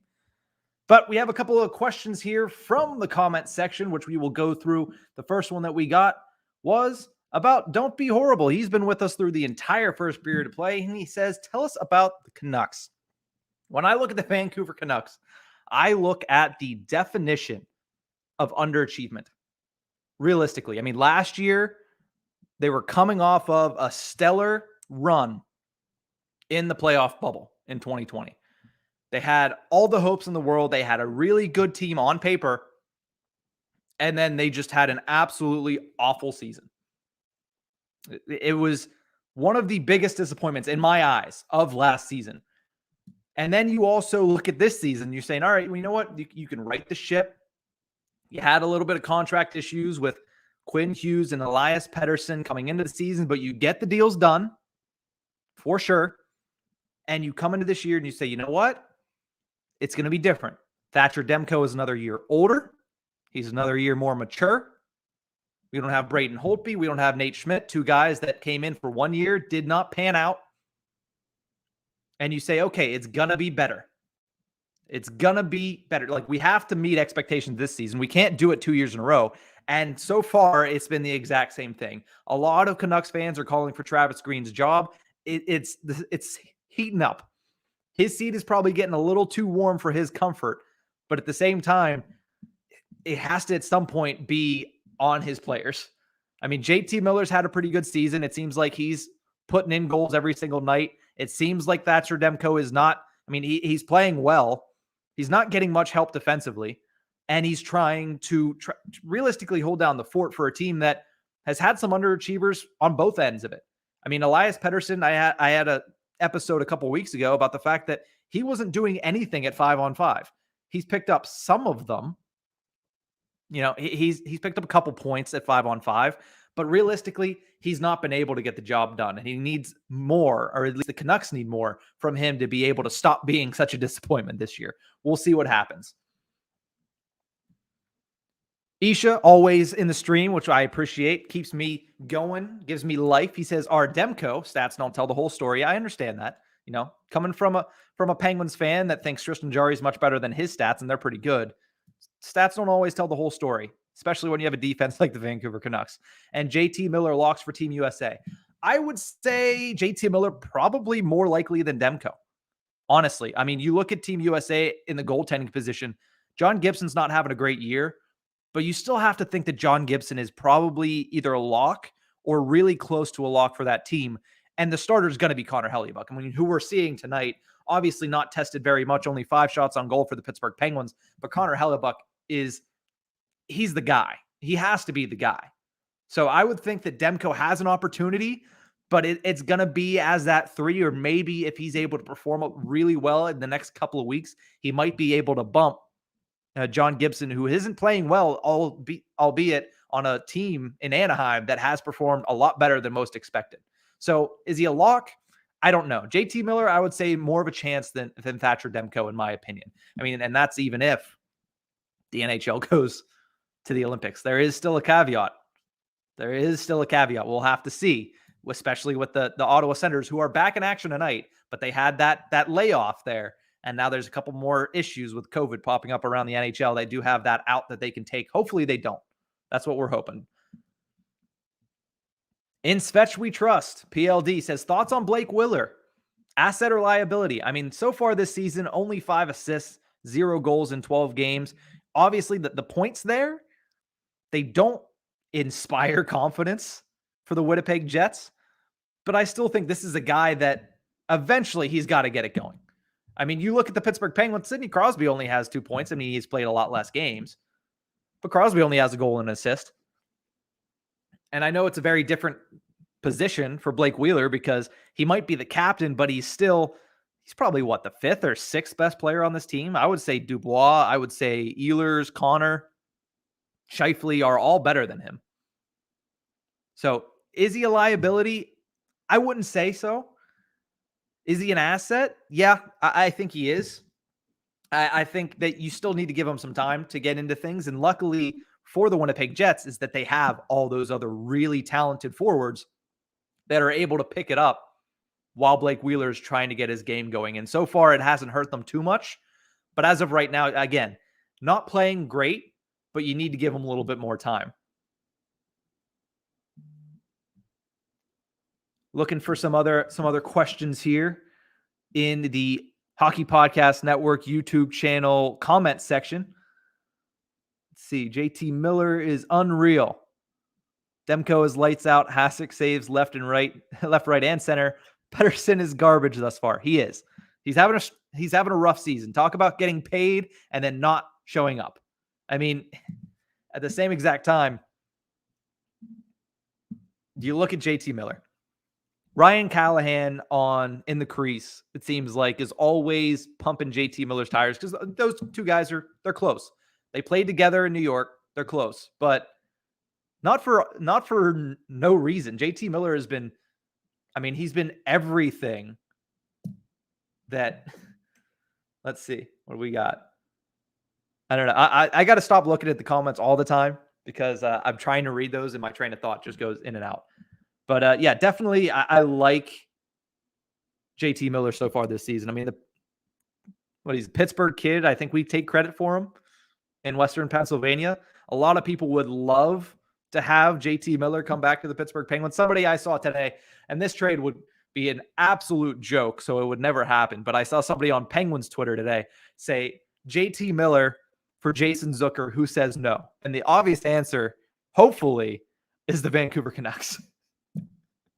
Because that would be not fair trade. I mean, I haven't hated what Jason Zucker has done this season. We'll actually talk about Jason Zucker coming up here towards the end of the intermission break. But Jason Zucker, for what JT Miller has done, the Penguins are going to have to pay a lot more to get JT Miller than just Jason Zucker's contract, especially.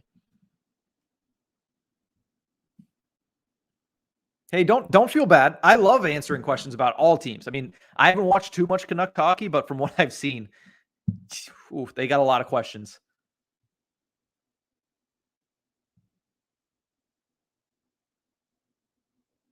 Jim, what does this say? If Jim did that, don't be horrible and I would riot. Yeah, well, I feel like the whole city of Vancouver would probably riot. So Nick in the comments also says, would love Miller with the Pens, but it's not going to happen. Yeah, I feel like a lot of Pittsburgh Penguins fans just really want to see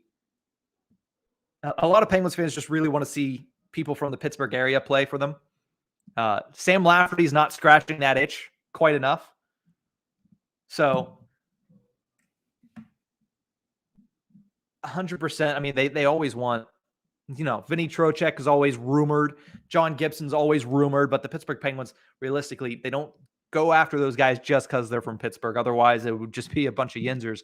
I mean, the last one that I can remember of note is Ryan Malone back in the late 2000s. So definitely something to keep an eye on. But with this game getting ready for the second period, we're closing in on puck drop for the second period. Right now, 1-0 score in favor of the Winnipeg Jets. If you look at from the Jets side, what they're doing in this game is simple. Obviously, shutting down the Penguins' forecheck. They're able to do that by getting out of the zone very efficiently and quickly to just not allow guys like Brock McGinn, like Teddy Bluger, like Jake Gensel to get in on their defensemen and cause havoc. That's something that they're trying to avoid to do, and that's worked out very well for the Winnipeg Jets so far. But in the offensive zone, what I've noticed is the third man in is always the guy taking the shot. And that's obvious hockey. You go, you pass the puck and crash the net, but they're doing that so effectively right now on the Pittsburgh Penguins. And it seems like the Penguins forwards are not getting back quite in time. So if you're the Penguins, you need those forwards to start getting back. Obviously, you need to score a goal on Connor Hellebuck, but at the same time, you can't win the game if you keep giving up goals. So for the Penguins, you need to start covering that third man in because as we saw with Toninato, he scored from where? Right in between the dots. those guys are getting a really good opportunity by crashing the net. The Penguins are a team that have notoriously struggled with protecting the front of their own net. So we'll see what happens in the second period. But if you're the Pittsburgh Penguins, you need to start shoving people out of the middle of the net, and you need your forwards to come back and cover that third man in. Because as we saw with pretty much the best opportunity of the game was Andrew Kopp being the third man in, getting a great pass from Mark Scheifele and shooting it from in between the circles. I don't know if Tristan Jarry made that save. I don't know if the shot was blocked, but that was the best opportunity of this entire game. If you're the Pittsburgh Penguins, what I've seen that's good for them is their first line. What I've seen that's bad for them right now is their defense. They have not been pinching quite enough. They've not been able to get multiple opportunities in a row on Connor Hellebuyck. It's been one shot and out. The Winnipeg Jets defense, like I said, doing a very good job of hunting those pucks down behind their own net and getting the puck cleared and getting a transition in for their own team. Pittsburgh Penguins, on the other hand, they're going in, getting one opportunity, and then not really being able to find the pucks. So it's going to be interesting to see what the adjustments are here heading into the second period between both of these teams. I mean, the Penguins, they need more opportunities on Connor Hellebuyck. You're not going to score by only shooting the puck 5 times in this game. I mean, you need more than 5 shots a period to be able to score on this guy. And if you're the Winnipeg Jets, you just got to keep playing the way that you've been playing, because you've been dominating the pace of play. You've had the majority of the possession of play, and you're doubling them up on shots on goal. Which goaltender is going to give? Tristan Jarry is going to be the one to give between the two. So this is going to be a real interesting second period to see if the Pittsburgh Penguins are able to turn it around and get a really good opportunity here on Connor Hellebuyck. But before we start the second period, I'm going to take one more quick break. I will be back. If you have more questions, please drop them in. Again, it could be something about this game between the Winnipeg Jets and the Pittsburgh Penguins. It could be something about any of the other 32 teams across the entire NHL. But I'm going to take one quick break before the second period starts, and I'll be right back.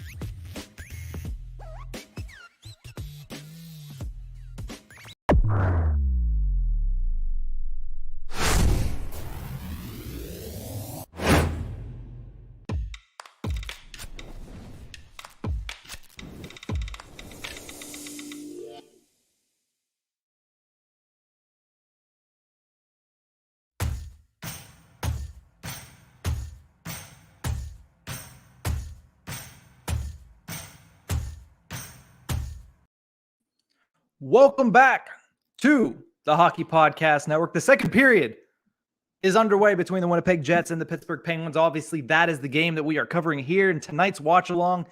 If you follow this channel, if you subscribe to this channel, you would already know that the Hockey Podcast Network YouTube channel has live watch alongs almost every single night of the NHL regular season. And like I mentioned tonight, between the Winnipeg Jets and the Pittsburgh Penguins, thank you for joining me. My name is Nick Berlansky. I host 2 podcasts here on the Hockey Podcast Network. I host the Hockey Hotbed, which covers every single team in the NHL, as well as the Tip of the Iceberg podcast, which covers the Pittsburgh Penguins for the Hockey Podcast Network. Been doing that one for, this is season 3 for the Tip of the Iceberg and only season 1 for the Hockey Hotbed. So getting them both off the ground, and now obviously adding the Hockey Podcast Network streaming site. So definitely looking to do more here on the Hockey Podcast Network. Hopefully you like seeing my face, because you're probably going to see it a lot more as time goes along. There's a great opportunity early on the power play for the Jets, but that is saved and almost cleared by the Pittsburgh Penguins, who still have to kill 20 seconds of a Jets power play. Of course, the Penguins have the top power play in the NHL, or sorry, penalty kill in the NHL. They have the worst power play in the NHL. And here's going to be an opportunity for Teddy Blueger. Shorthanded, comes in, shoots it, and a glove save made by Connor Hellebuyck, but a great opportunity early on for the Pittsburgh Penguins on the kill. And then Ehlers is able to take it up for the Jets, gets it in the zone and looking to set it up. A nice play there by Chris Letang, and the penalty has expired. Back to 5-on-5 hockey here with 18 minutes remaining in the second period of play. So before I went to break really quickly at the start of the second period there was a question in the comment section by Don't Be Horrible, who, thank you for tuning in. Don't Be Horrible, because he has been with us since I went on the air about an hour and a half ago. But he asked a question, Nick, what got you into hockey? Realistically, my entire life, I've been into hockey. I grew up in a small town in Western Pennsylvania called Johnstown, Pennsylvania. If you've heard of it, I am genuinely surprised, and it might be because you like the movie Slapshot. That is the city where Slapshot, the 1970s film, was filmed, and they really embraced that in that city. But I also grew up watching ECHL hockey, the Johnstown Chiefs, and that was really, they embodied what you saw in Slapshot. Maybe not to the level, but at the same exact time, it was a tough team. I mean, my favorite player and my sister's favorite player, his name was Jason Spence, and we actually got very close to the family. They're from Nova Scotia, same place as, I believe they're from Cole Harbour. So definitely same area that Sidney Crosby's from. So I grew up from a very young age, and my family had season tickets. I went to all the Johnstown Chiefs games and grew up loving the Pittsburgh Penguins as well. So that is where my love of hockey began. And then, of course, listening to Mike Lang over the years got me into broadcasting, went to school for it, and now I'm here on the Hockey Podcast Network. So I've realistically been into hockey my entire life. I understand that I don't want to say most Americans, there's a lot of NHL fans in the United States now, and the game is growing even more. And this deal with ESPN is only going to help elevate that. But definitely, I also love the NFL, but hockey is my first love for sure. And I also thank you for putting in that I sound like I know a lot about hockey. I like to think that I do. It's definitely a lot of work trying to watch as many games as possible. And I did play for a while. Now it's strictly beer league. I have actually not even played beer league in a long time. So early in the second period, not a lot going on to start. Obviously, the Penguins kill off that penalty that they took late in the first period by Marcus Pettersson. And since then, only a couple shots on either side. 2 shots for the Winnipeg Jets so far this period. Only 1 for the Penguins, which was the opportunity for Teddy Blueger on a breakaway that was stifled by the glove hand of Connor Hellebuyck. Thoughts on where the Jets will end up in the Central? Honestly, I would say first. They're going to be they're obviously going to be in the top 3. I think that's a given. You know, this team in that division, obviously you have the Arizona Coyotes. That's a given. They're not going to be anywhere near the top. The Blackhawks have kind of turned it around, but at the same time, they're probably going to finish in the bottom of the division. Looking at this Jets team and what they have on paper and what we've seen so far through 17 games, I don't see this team finishing any lower than 3rd, but honestly, I would put them in either 1st or 2nd place, depending on how Minnesota is able to finish the season. I think it's going to be a race between those two teams to see who gets the Central Division Championship. Not that division titles matter that much in the NHL, but you'll get a nice banner. If you're the Nashville Predators, you definitely know you'll get a nice banner. Penguins now on the power play, and as we mentioned, 32nd power play in the NHL. Really bad. But at the same time, I mean, the Winnipeg Jets penalty kill is also not too great. 31st penalty kill in the NHL with 63.8% kill rate. As I say that, they put it up on the stream. That's nice. Nick says he thinks the Blues take it. I don't know. I was low on the Blues heading into the season. They're a lot better than I thought they were going to be, but I don't think they're a division title team. I just don't like the depth of that roster, and I also think Jordan Binnington's a head case. I mean, he's a head case that can be really good at points, but I don't think over a full calendar year that he's going to be able to keep his emotions in check long enough to carry that team to a division title. Penguins with just about a minute over, and they finally start to get the power play set up. I mean, this has been an issue all season long. Great pass there, an opportunity shot, save made. Jake Gensel has had 3 or 4 premium opportunities today, and he just can't bury it. Like we mentioned in the outset, he is on a 4-game goal streak, looking to make it a 5-game goal streak. But Connor Hellebuyck has just been on fire pretty much all night. Only 7 shots that he's had to face, but all those shots, great opportunities. And another great opportunity there. Gensel to Crosby, cross crease, but Crosby just misses wide. The Penguins power play starting to get some opportunities. And another shot there by Crosby, but Hellebuyck able to get over. I don't either it hit the post or it hit his shoulder there, but Hellebuyck finally having to put in some hard work there.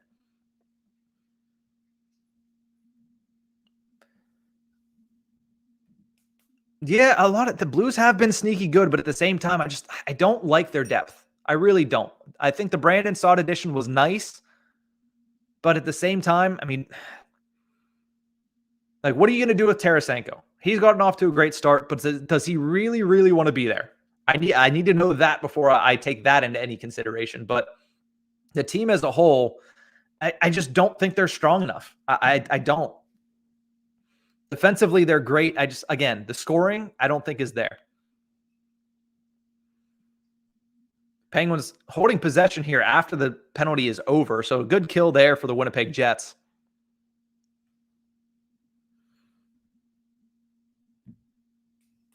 And this game is starting to open up a little bit. Like I said, the Penguins are going to want to open this game up a little bit to get some more chances on Connor Hellebuyck. A team in the Penguins that are 0-5-1 after allowing the first goal. It's still only 1-0, so anything can happen here with just about midway through the game. But at the same time, I mean, this team and this goaltender, the longer you go without getting a goal on Connor Hellebuyck, the more he's going to get into this game and the harder it's going to be to get it past him. I mean, that's not rocket science there. That's something that every NHL fan or NHL analyst will tell you, that the longer you go without scoring on these good goaltenders, the more they're going to settle into this game. Some good cycling going on here by the Jets. Now Morrissey has it on the near boards. He's going to shuffle it back and find Paul Stastny.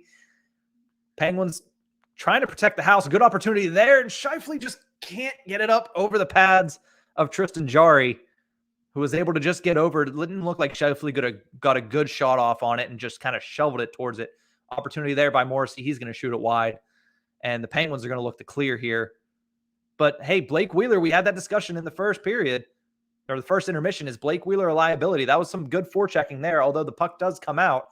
It was a good job by him to hunt down that puck and keep the opportunity alive for the Winnipeg Jets. So, I mean, even if he's not scoring, if he's doing stuff like that, that's how he can be an asset. Because right now, the pucks just aren't going in the net for him, and that's going to happen to everybody. But at the same exact time, if he's able to do stuff like that on the forecheck, then he's going to be able to help your team and get opportunities for guys like Nick Ehlers, guys like Kyle Connor, who are finding the back of the net. Let me look right here into the comments section. Top Shelf Highlights says, I think they'll finish 4th behind Colorado, Minnesota, and Winnipeg. Who? The Blues? Yeah, I think we're talking about the Blues at this point in the comment section. Yeah, Colorado at some point you would have to say is going to turn it around. But the way they've played early in the season, the amount of hockey they played last season, I don't know. Like, are they going to be able to get Darcy Kemper playing at the level that they were able to get Philip Grubauer playing last year? I mean, you look at it right now, Grubauer is not playing really great for the Seattle Kraken. So you never know what's going to happen in that division or with that Colorado Avalanche team. You would have to think they right the ship at some point. But like right now, I believe the last time I checked, they were in 5th place in that division. I'm not sure if they still are, but definitely a team that you're going to have to look out for. But I still think, Winnipeg, the depth that they have and the ability that Connor Hellebuyck has. I mean, you saw him off to a slow start, and this team is still winning hockey games. If he gets hot, which there's a good chance that he does, and you're seeing him play pretty well tonight, then this team's going to be very, very difficult to beat down the stretch.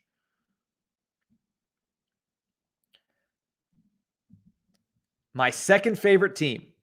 Okay. So I don't know if I have a second favorite team. I mean, I have obviously I have some jerseys, I have some T-shirts from a couple of different teams across the league. If it is a team, it's probably not the Canucks.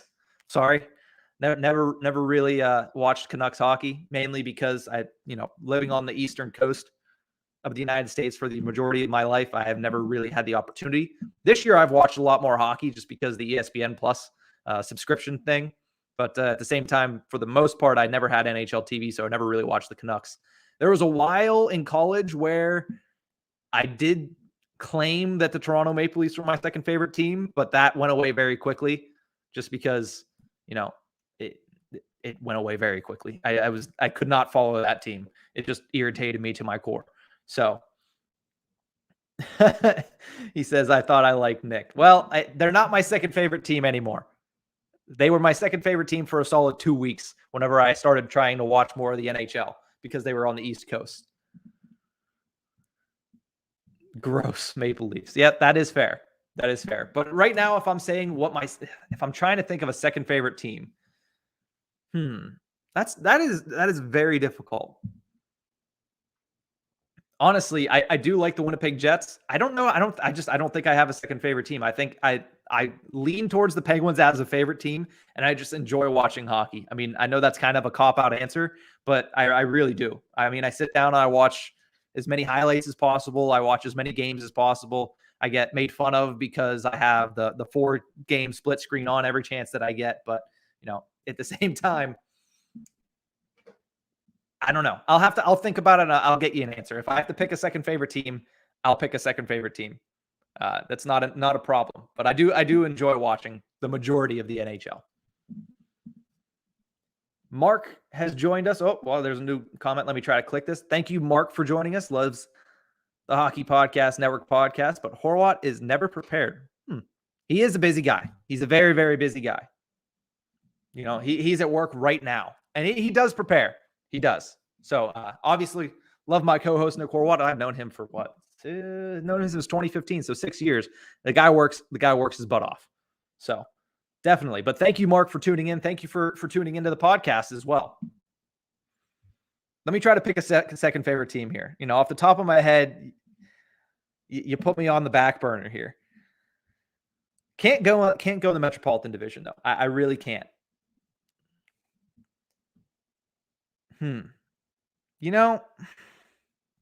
I can't say Vegas either. After what they did to Fleury and what they did to Gerard Gallant, I mean, more so Gallant than Fleury. I have a hard time liking them, but I'm very excited to see Jack Eichel play for the Vegas Golden Knights. I'm excited to see Jack Eichel play for anybody that's not the Buffalo Sabres, to be completely honest. You know what? Second favorite team. I don't have one. I'm sorry. I don't have a second favorite team. Second favorite jerseys, Vegas. I like the Vegas jersey set. Between Vegas and Seattle, I absolutely love the Seattle jersey set right now. That's one. If I'm getting a jersey, that's the next one I'm getting is going to be a Seattle Kraken Brandon Tanev jersey for obvious reasons. Just say the Wild already. You know what? I have talked a lot about the Minnesota Wild on the Tip of the Iceberg podcast. And, State of Hoppy and I go back and forth because he is a Penguins fan that covers the Wild and also a Wild fan. So it's a weird dichotomy there. So honestly, you know what? Yeah, we'll say it. Let's say the Minnesota Wild. Mainly because I love Billy. Who doesn't love Billy Guerin? Realistically.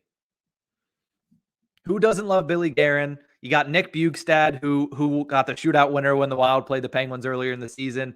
And again, who also doesn't love Kirill Kaprizov? It's hard not to. It's easier if you're a Wild fan and he doesn't produce because you're paying him all that money. But from the outside looking in, you just got to love watching him. A lot of fun. No, the Capitals are not my favorite team. They're not. I have a lot of respect for Alex Ovechkin. What about that Ovechkin jersey on my wall? I don't see an Ovechkin jersey on my wall. I don't own an Alex Ovechkin jersey, but I do have a lot of respect for the guy. I'm rooting for him to beat the Gretzky scoring record, obviously. So I have a lot of tremendous respect for the Great Eight. Didn't earlier on in my life, but I also didn't have respect for Tom Brady early on in my life, and now you almost have to. Great opportunity there off the faceoff. Kyle Connor shoots and save made by Tristan Jarry. I feel like we've veered off the path really far away from the game here. But legit question here. Oh, gosh. Are the NHL brands uniforms called kits like in other sports? I've never heard them called kits in the United States. The first time I really heard of a jersey uniform combination called a kit was when I watched Ted Lasso. And I like it. I think that's better than just saying a uniform, you know. But I've never heard kits until I started watching Ted Lasso, which was literally about 4 weeks ago, and now I'm already caught up, so which is kind of sad. But yeah, no, not that I've heard of NHL uniforms being called kits down here. So we're about halfway through this game. The Penguins still not over 10 shots on goal. That is not enough to get it going. Great opportunity there from Jason Zucker. Speaking of former Minnesota Wild, and that one is shut down again by Hellebuck. Again, same thing. You get a great opportunity, but nobody else is there to follow up on the rebound. Meanwhile, on the other end, you have the Jets that are just crashing the net. You have a guy below the net right now and a guy right in front of the net. That's something the Penguins have not been doing early on in this game. Early on, this is halfway through the game. They have yet to be able to get any traffic in front of Connor Hellebuck. Hence the reason all 9 of those shots, even great opportunities, look like they're getting snared away so easily by a very top-tier goaltender in the NHL. Oh, okay. You've never heard of it either, Isha? Okay, fair. Fair enough. Let's start that trend. Can we get everybody, if we start with everybody on the Hockey Podcast Network, that's over 100 personalities saying that on Twitter. And trust me, if you don't already know this, if you have everybody in the Hockey Podcast Network going for one thing, there's going to be a lot of attention drawn to it. There's a lot of very popular personalities on the network. So if we get that going, maybe we can start everybody calling NHL uniforms kits. Not a bad thing. Not a bad thing right now. So just another update here on the stats in this game. 1-0, obviously, the big score here for the Winnipeg Jets. Dominic Toninato scoring a goal midway through the first period to give the Winnipeg Jets the early lead. But shots on goal right now, the Jets also being favored very heavily. 19 shots on goal for the Jets, only 9 for the Pittsburgh Penguins. Every opportunity they've gotten has been really on a rush or one good opportunity, no rebound opportunities. And that's really the difference maker in this game, is the fact that the Jets are able to crash the net and hunt the pucks down on rebound opportunities there.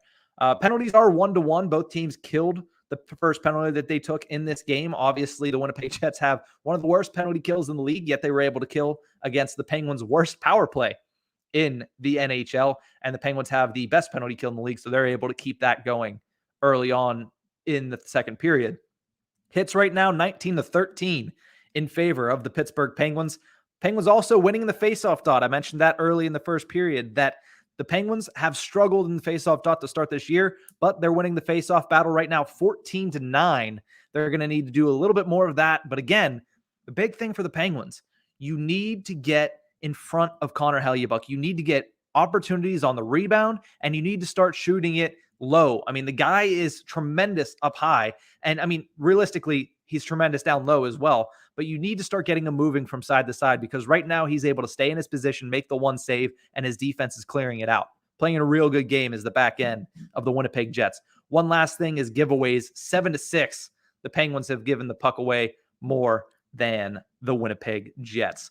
Play is back on here. Just under 8 minutes to go. A nice quick opportunity for the Jets off the faceoff, but that is snared by the Penguins' Tristan Jarry.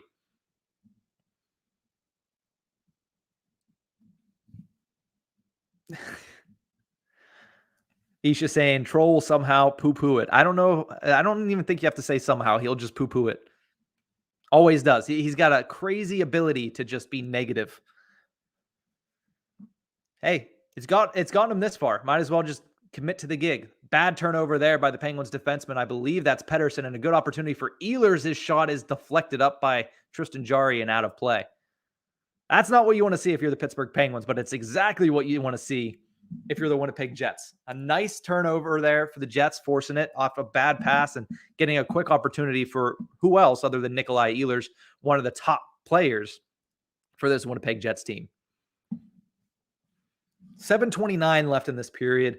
If you're the Pittsburgh Penguins, you want to... Oh, There's a penalty on Andrew Kopp here. I don't know what it is, but he's certainly not happy about it. Neither is Paul Maurice, and that's going to be a high sticking call on Kopp. Penguins getting their second power play opportunity of the evening.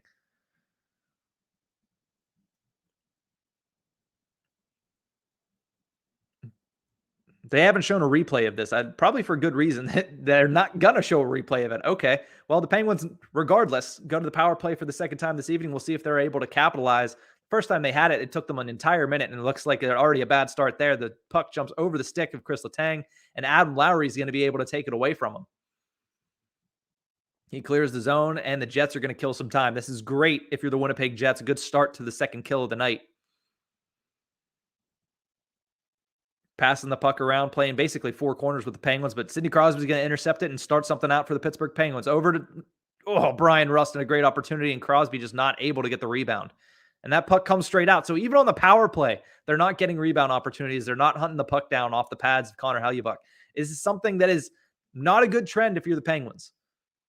Jake Gensel into the zone. He's going to send it. That's blocked away, and they're going to try to set it up now. Crosby, his pass is deflected.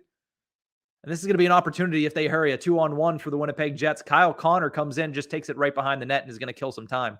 He leaves it for Chris Letang to start out for the Pittsburgh Penguins. First minute is already killed of this power play, and the Penguins have not looked good. The Jets having one of the worst penalty kills in the league. The Penguins are making them look, quite the opposite here. Danton Heinen looks like the second unit coming out for the Penguins. They need to get something going. Opportunity there for Jeff Carter, and that's just going to be blocked wide. So the Penguins power play is starting to set it up, but again, still not many opportunities here. They try to send it through Pionk. He blocks that. And once again, the Jets are playing really well on the kill. Just realized I need to fix this score sheet on my right. There we go. Oh, don't X out. That would have been very bad. Technical difficulties. And it looks like the Jets are about to finish killing off this one. 10 seconds remaining in the kill. Penguins moved to 0 for 2 on the power play tonight. Still trailing 1-0 with about 5 minutes remaining in the second period.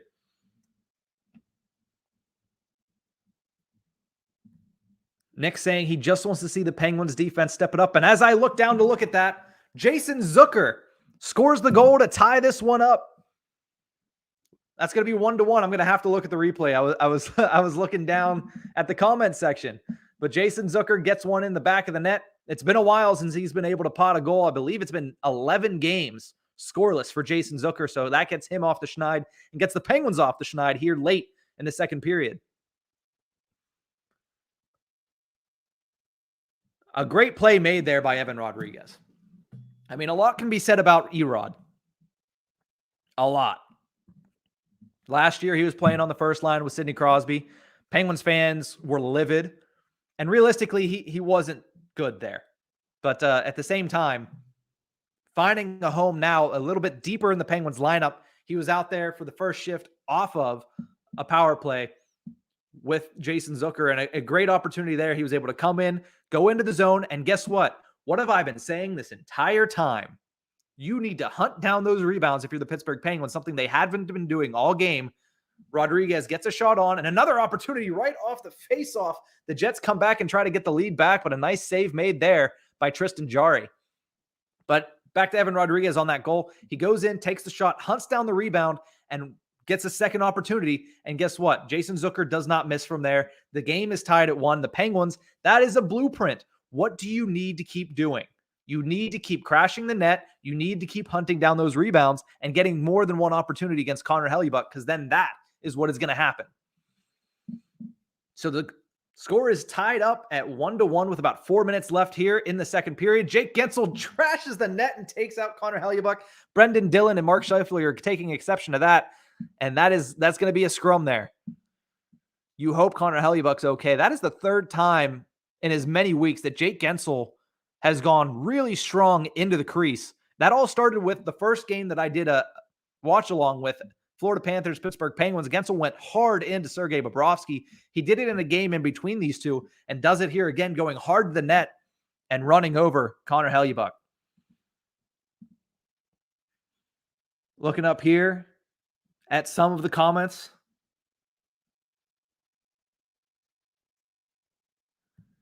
Isha says, how much are you all loving Minnesota State alumni Teddy? Also, Mankato was ranked number 1 today in the NCAA. Huh.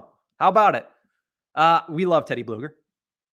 We stan Teddy Bluger. I guess that is, I don't know if I used that correctly. Probably not. I'll probably get, shut down. But we love Teddy Bluger in Pittsburgh. If you're a Pittsburgh Penguins fan, you have no quarrels with Teddy Bluger, one of the better fourth line centers in the National Hockey League. So definitely no issues there. He also says, Carly's husband. Yes, Carly Zucker's husband, as he is known as. Also, I think I've called him several Looney Tunes. I called him the Tasmanian Devil on today's episode of the Tip of the Iceberg podcast. And I also called him, why can I never remember it? I don't know. I forget. Oh, well. Speaking of the Tip of the Iceberg podcast, how's it going, Horwat? He says, hey, we tied it. Thanks for joining in, buddy. Isa, is Dylan washing tonight? I don't know. Ish is? He said he's popped in and out. All right. The Hockey Hack says, Zucker, in all caps. If you're a Pittsburgh Penguins fan, anytime Jason Zucker scores, it's a little bit more validating for that trade, bringing him over from the Minnesota Wild.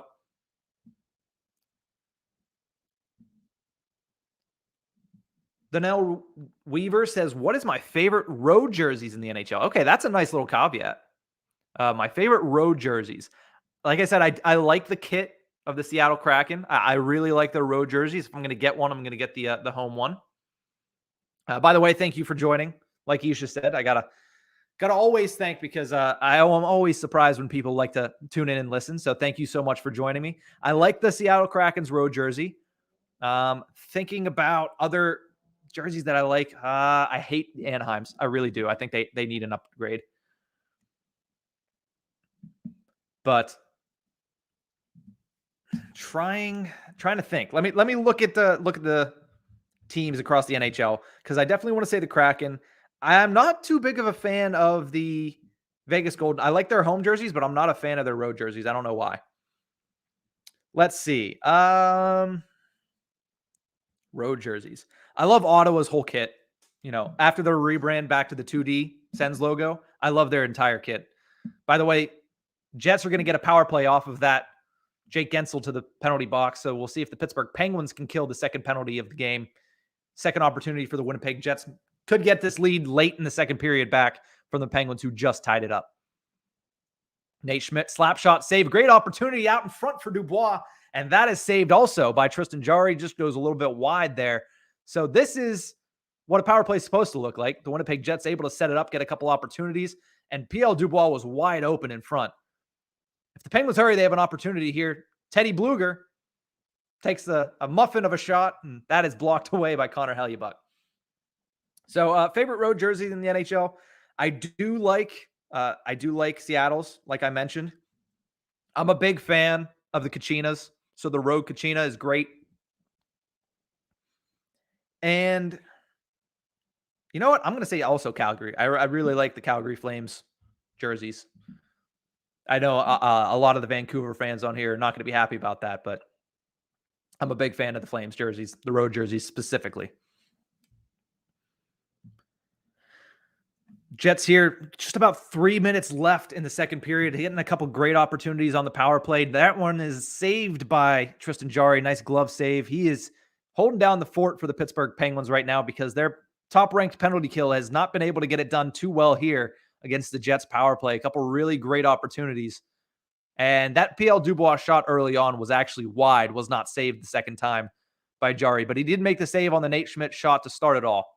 So Jarry, I believe, with 22 shots on goal, 21 saves tonight.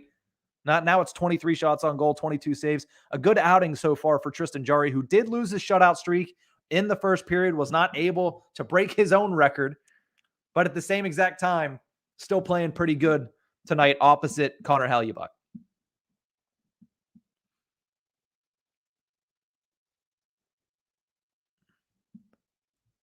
Looking down into the comment section here.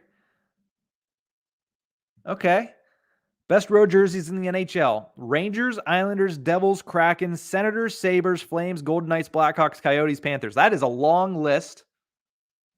that is a long list. I mean, that realistically, a lot of the jerseys right now in the NHL are pretty nice. I do agree with the Kraken. I like the Senators. Not a big fan of Sabres. I think I just want the old Sabres logo back, the early 2000 Sabres logo. I think I need it. But definitely, I actually do really like the Rangers. I mean, growing up playing hockey for my high school, we had kind of the Rangers look. So I always like the Rangers. Plus, you always got to love some original six action. So I definitely like most of the ones you put on this list. The Blackhawks one, I think, is a little. I mean, again, original six, you got to respect it, but I'm not a big fan of the Blackhawks road jerseys. Isha says he respects it.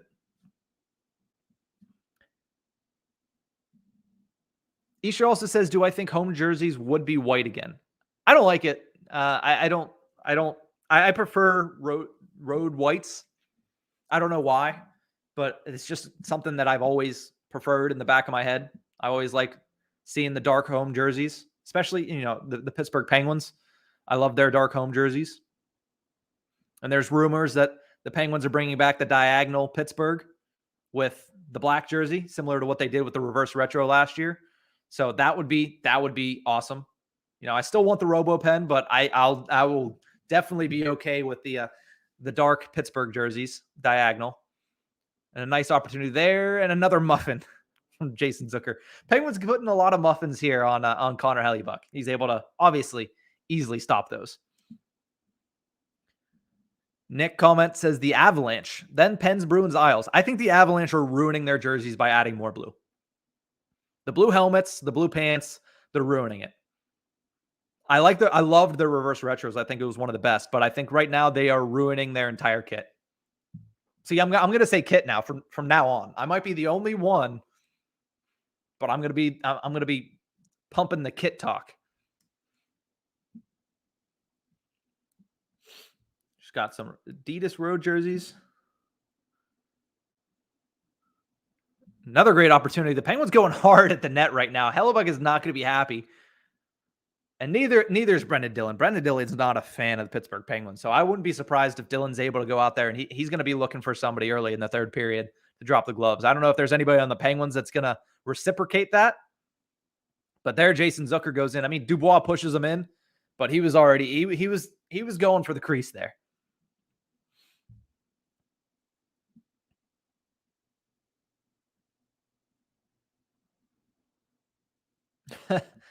Isha says, has anyone in the chat or Nick seen the Russian Penguins documentary? I've heard so much about it, but I have not had the chance to see it yet. I have not. I should. I really should. I've heard everything about it, but no.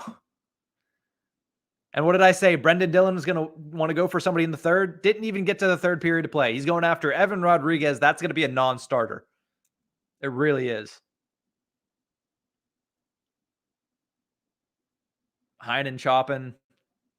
Rodriguez chopping at Hellebuyck's glove. This is what you need, a little bit more compete level from the Pittsburgh Penguins. The Jets aren't responding well to it, which is honestly surprising because they're a team that responds usually pretty well to physicality. This is a great opportunity here for Brian Dumoulin. Gets a good shot off, but a nice blocker save by Connor Hellebuyck. And now you look at the Pittsburgh Penguins evening out in that shot category, having 19 shots on goal now after having 5 for what seemed like forever. Just under a minute to play here in a 1-1 game, low scoring once again. It seems like every time I come on to do a watch along, it is low scoring. So we'll see what happens here in the last 30 seconds. Dom Simone carries the puck into the zone for the Pittsburgh Penguins. He's surrounded immediately by Winnipeg Jets, and they turn the puck over and get possession. Dylan DeMello going up, sending a half Murphy dump into the Penguin zone. And there's the forecheck once again of the Winnipeg Jets. That's what they've been doing really well in this game, is forechecking, getting opportunities. And there's another shot opportunity. Tristan Jarry, I don't think it even got through to him, but a great chance for Winnipeg late here. 3 seconds. Will the Jets get another shot on goal? No dice. And after 2 periods of play, Winnipeg Jets won. Pittsburgh Penguins won. We have a goalie duel in Winnipeg, Manitoba, Canada. Connor Hellebuyck actually getting some action there in the second period. And Tristan Jarry, although he lost his shutout streak, playing very well here on this Monday evening game.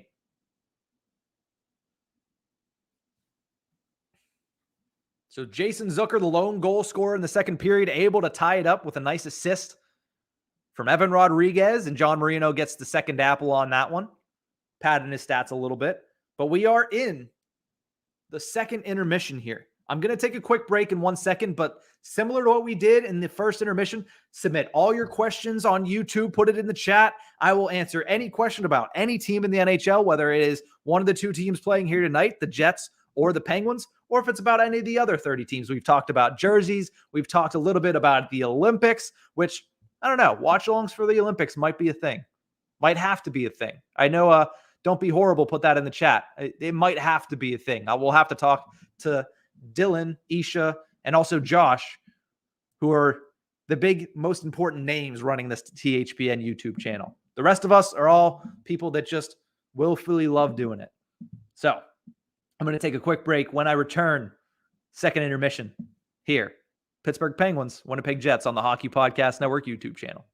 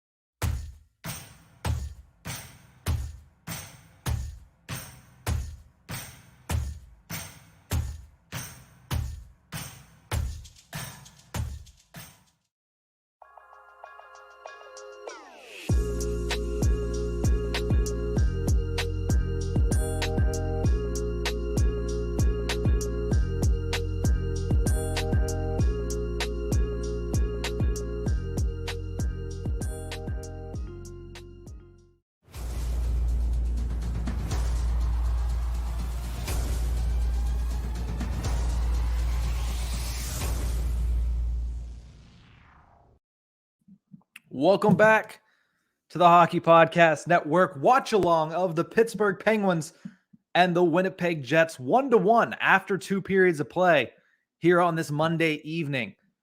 A great game so far. The Pittsburgh Penguins started off slow. Winnipeg Jets were able to take advantage early with the Dominic Toninato goal just about halfway through the first period of play, giving them the 1-0 lead. And then the game remained scoreless for about 20 minutes of action before Evan Rodrigues is able to pierce through the Winnipeg Jets defense, get a couple shot opportunities off, and then dish it off to Jason Zucker, who pots the goal and ties this thing up at 1. And that's where we stand currently in the second intermission, 1-1 between these two teams. A team in Winnipeg who is right now one of the top teams in the NHL. I mean, performance-wise, they're playing extremely well. They have a really good team on paper. And overall, they're a team that has had some pretty rough performances from some of their best players. We talked about Blake Wheeler. Is he a liability or is he an asset? So far, 0 goals, 5 assists on the season in 12 games played.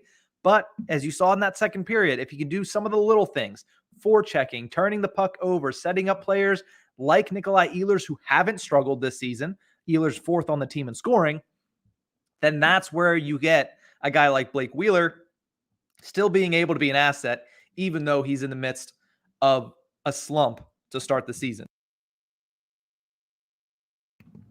Sorry, I had to hit the cough button for 1 second.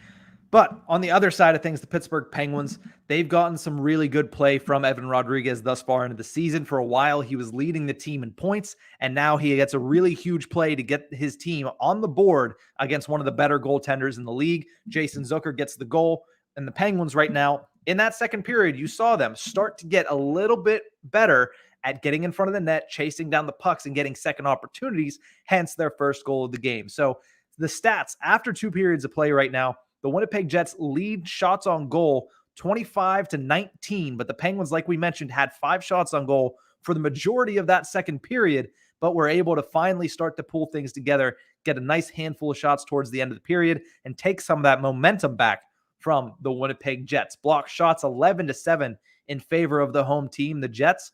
Power plays, 2 on each side, no goals on each side on the man advantage. Both teams 0 for 2 up to this point.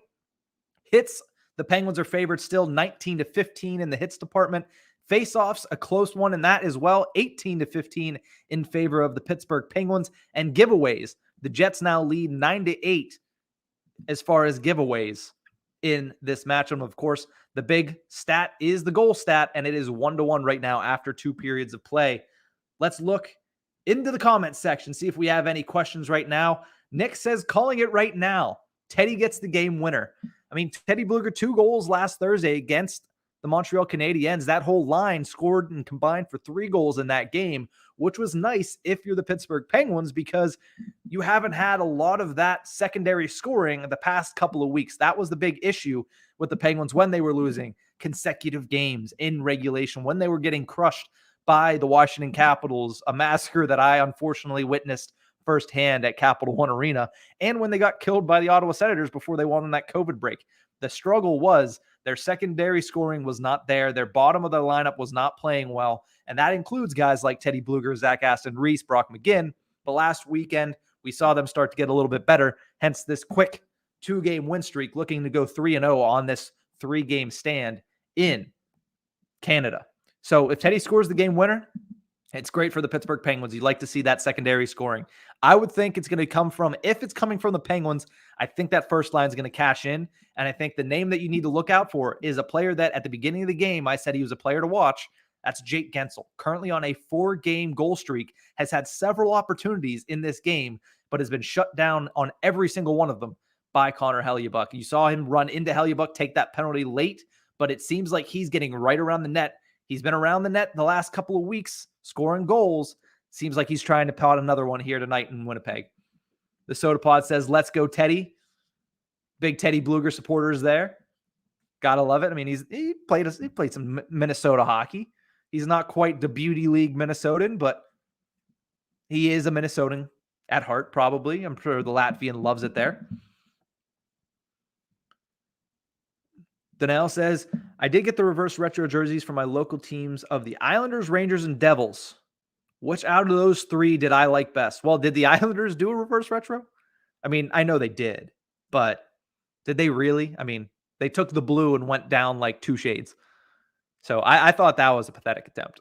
I really did. I mean, I don't hate the Islanders' normal jerseys, but I figured they could do something different. I expected more. I did. I truly did. The Rangers bringing back, the Lady Liberty. Didn't hate it.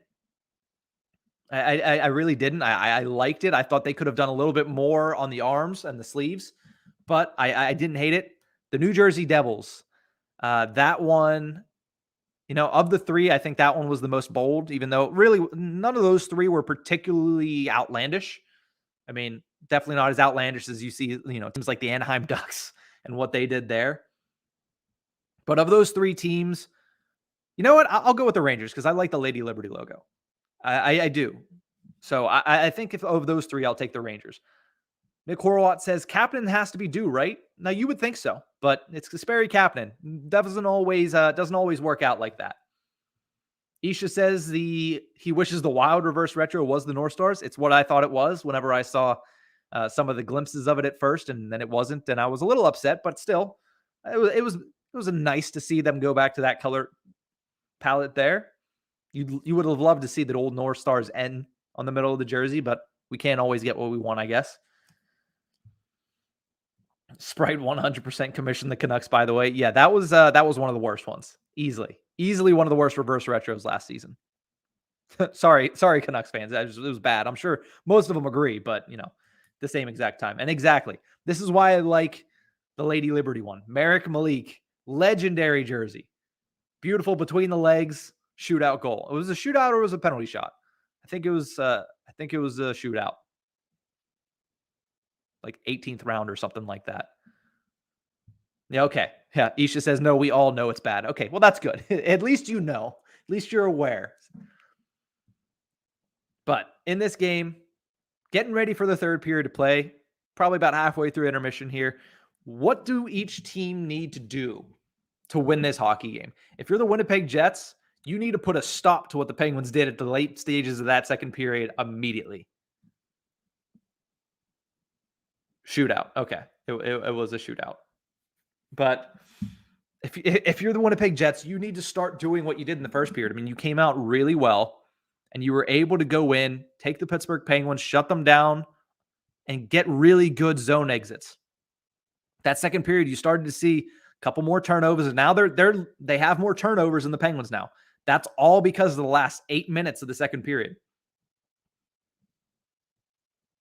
And okay, let's see.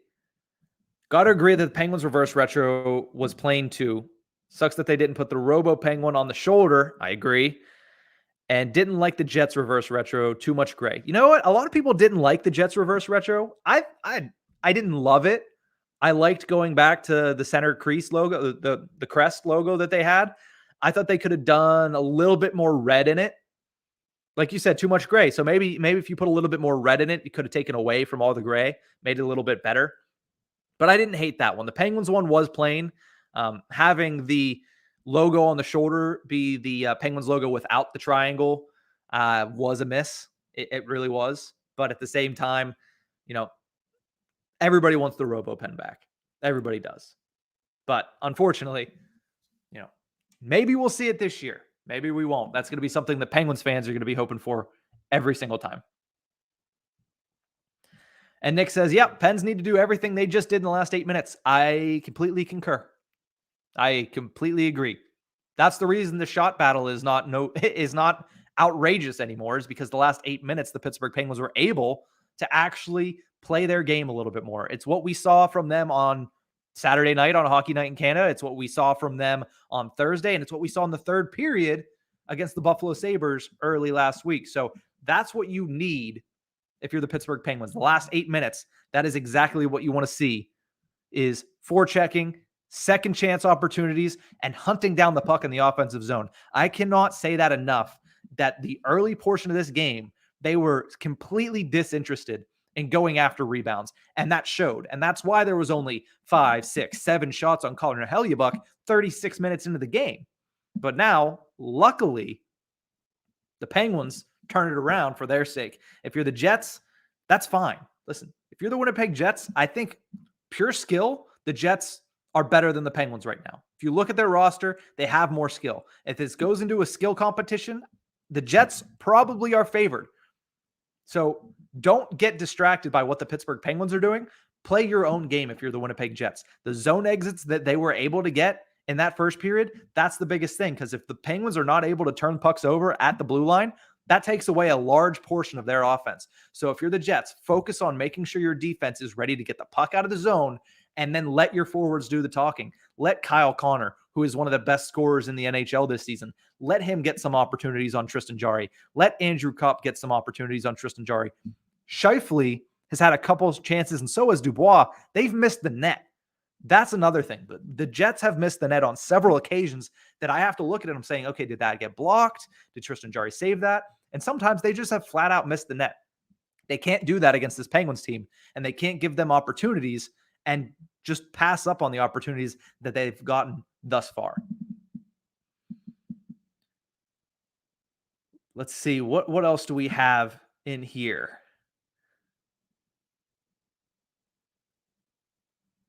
Let's see. Danelle.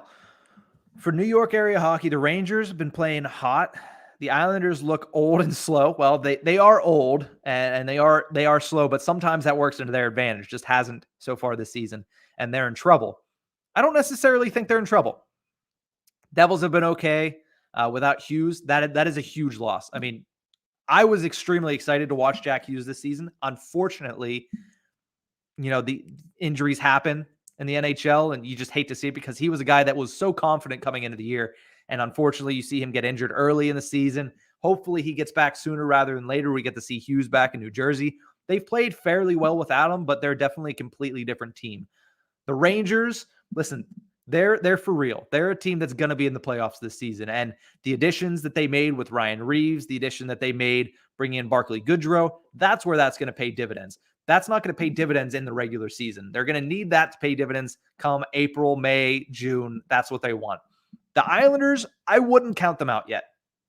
Let's not forget that they went on a historic road trip to start the season, the longest road trip to start a season in NHL history with 13 games. And for the most part, they were playing pretty well until they lost 4 straight to end it all. Now they've lost 6 straight games with 2 losses at home. But once they rebound from that long road trip, I'm sure Barry Trotz are going to get his boys going, and they're probably going to shoot up the standings. I don't know if they're going to be first place, but I wouldn't be surprised if they're bouncing around a playoff spot later in December. That's for sure.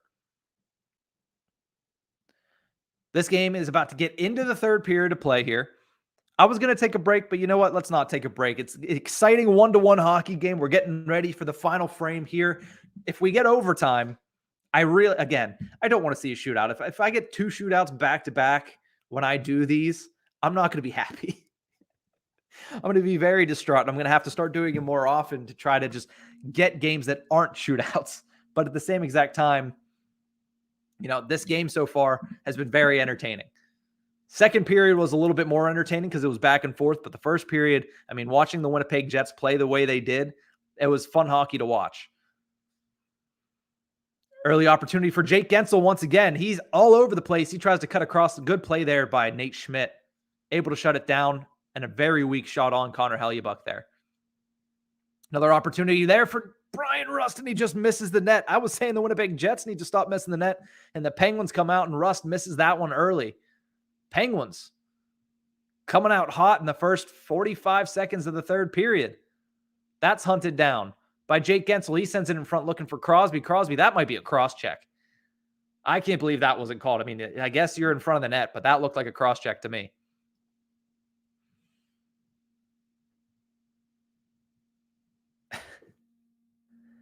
What is the over-under on how many snapback Nick owns? Are you talking about me, Nick? Isha?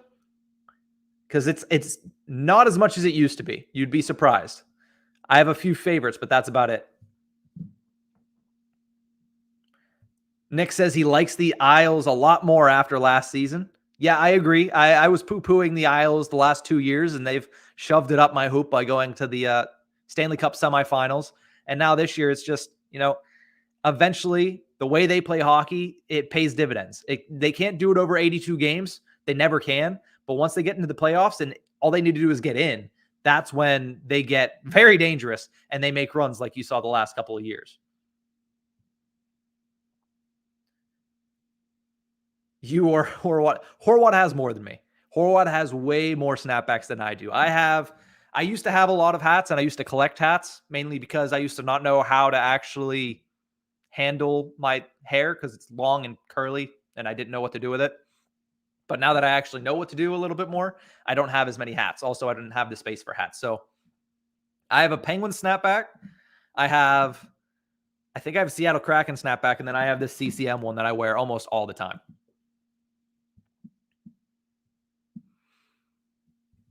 Couple not really a good start to this period for the Winnipeg Jets. They've had a couple opportunities, but haven't been able to get a shot on goal yet. Dylan DeMello is going to try to take it in. They've started to, the Penguins came out like a house of fire on that first shift. And their first line, if we saw anything last season, it was the Penguins' first line when on their game can be one of the most dangerous lines in all of hockey. And they showed that in the first minute here. But the Jets were able to weather the storm. And now it looks like they're starting to get into the pace of things here just about 3 minutes into this third period of play. The reason I have a hat on now is because of the hair. Because I was off today and I did a lot of podcasting work, so I didn't really worry about it. But it is all over the place. But since we're not in a commercial break, but here, see, it's a little bit crazy today. That's why. That's why we got the hat on today. But for the most part, I don't wear hats all that much. It helps to work in radio, though, because then it doesn't matter.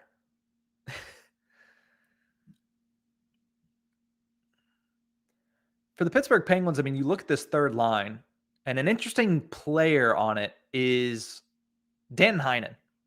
Brought over from the Winnipeg Jets as a free agent this season. Has been pretty good for a while. He was leading the Penguins in goals and points early in the season. Has played everywhere and scores a goal right there. Foreshadowing at its finest. Dan Heinen with, he needs to shave that mustache. I get it's Movember, but that is rough. But a nice goal scored by Dan Heinen, and the Penguins have a lead now 2-1 early on in the third period.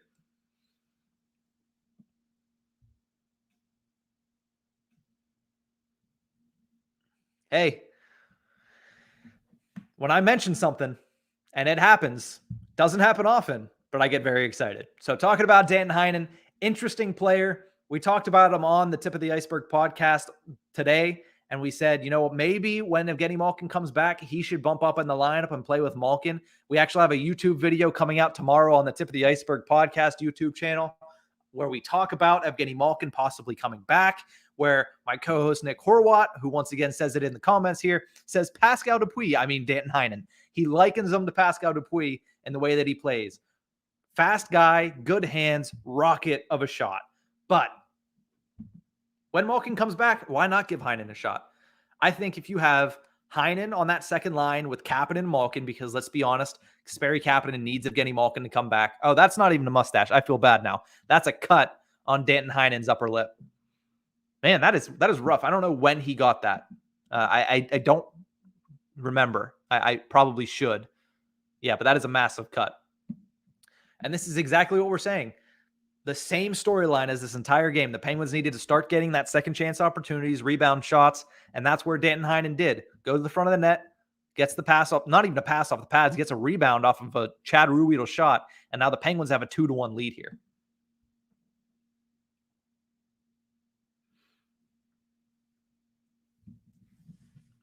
Kyle Connor, PL Dubois just playing catch in the offensive zone, but it doesn't amount into anything because they're not able to hold on to the puck. Another chance here. Good play there, stepping up by, I believe that is Brian Dumoulin, who has had a rough season, but a nice play made there. And the Jets are going to have to restart in their own zone. That's going to be a turnover, a bad turnover, but I don't think there's anybody there to capitalize for the Penguins. Nice play by Teddy Blueger, gives it to Brian Rust, and he's looking for help.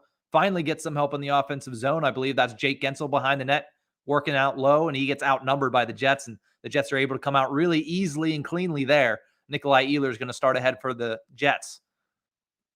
See, that's the thing, though. You can't put the puck in net on Tristan Jarry because he's very good at stick handling. If you put it on net and give him a little bit of time, he's going to be able to clear it like he did just there.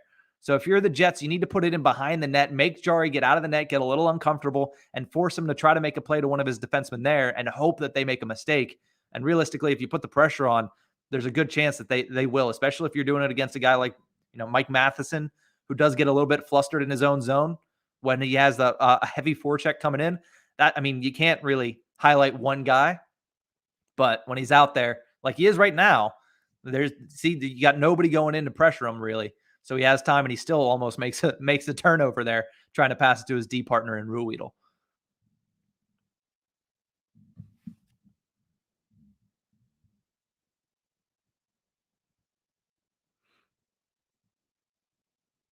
Jesperi Kapanen trying to get going. That pass is just deflected. A great opportunity for Kapanen there, but he's not able to get it past Connor Hellebuyck. The Penguins, since about the 12-minute mark of the second period, have really started to open up in this game and really started to take control of it. If you're the Winnipeg Jets, you really need to turn that thing around, because as time is running out, you can't keep giving the Penguins opportunities to extend this lead.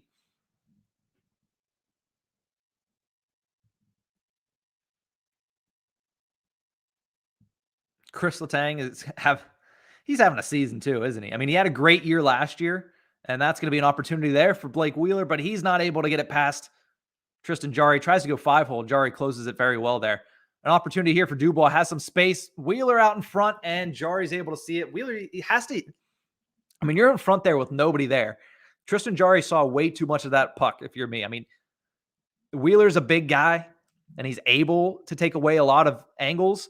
He did not do a good enough job there with nobody pushing him around. He needed to get better at getting in front of Tristan Jarry and obstructing his view of that shot from PL Dubois.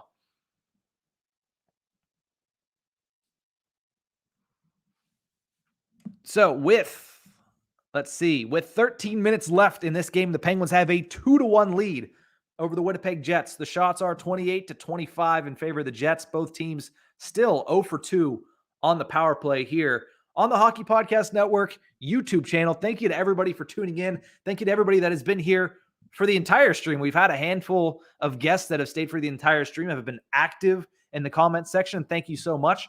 If you like what you're watching here, make sure you like this stream. Make sure you also subscribe to the Hockey Podcast Network YouTube channel, because we will have streams and watch-alongs like this almost every single day across the entirety of the NHL.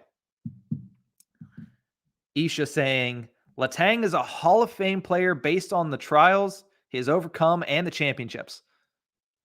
Some people would say that team success shouldn't be measured when it comes to Hall of Fame status.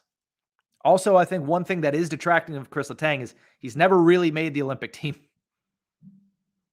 Unless I'm completely missing something, I don't think he's ever been on Team Canada's Olympic team. Maybe this year. Maybe. But I don't remember him playing in 2014. I don't remember him playing in 2010. So that also doesn't help as well. But, I don't know if Letang's quite a Hall of Famer. He's a Pittsburgh Penguin Hall of Famer. A good conversation to have that I'm not going to have right now during the game, but a good conversation to have, possibly, we have had it on the podcast, but is whether or not he gets his jersey retired by the Pittsburgh Penguins. He says, defensemen are the exception. Yeah, that's fair. Kevin Lowe getting into the Hall of Fame.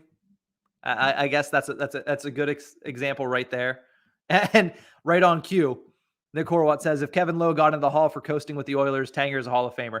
Yeah, you also see how long it took for Kevin Lowe to get in. It's also true.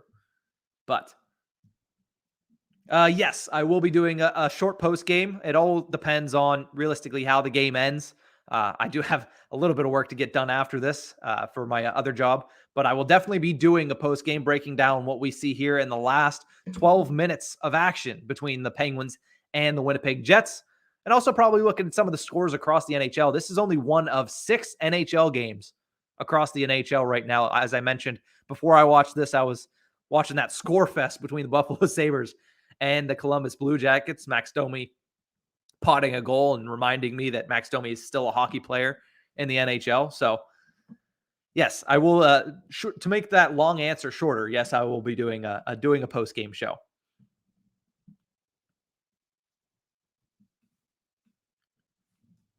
So, Pittsburgh Penguins defensive zone faceoff. That's won by Crosby. Somebody broke a stick. It looks like P.L. Dubois broke a stick on that faceoff opportunity, and the Penguins were able to get that out of the zone really quickly. They're going to need a lot more of that to end this game. And that's not what you want to see. I think that's Kyle Connor on a breakaway. A bad play by Brian Dumoulin. Connor comes in, just not able to settle the puck down, and Tristan Jarry able to make the save. Oh, that was a scary moment if you're a Pittsburgh Penguins fan. And now coming the other way, an opportunity for Crosby to nice play there by Neil Pionk to shut down that cross ice pass. But great opportunity for Kyle Connor. Just didn't seem like he was able to get the puck settled down, but a really bad turnover by Brian Dumoulin. You're on your own blue line like that. You can't make that mistake.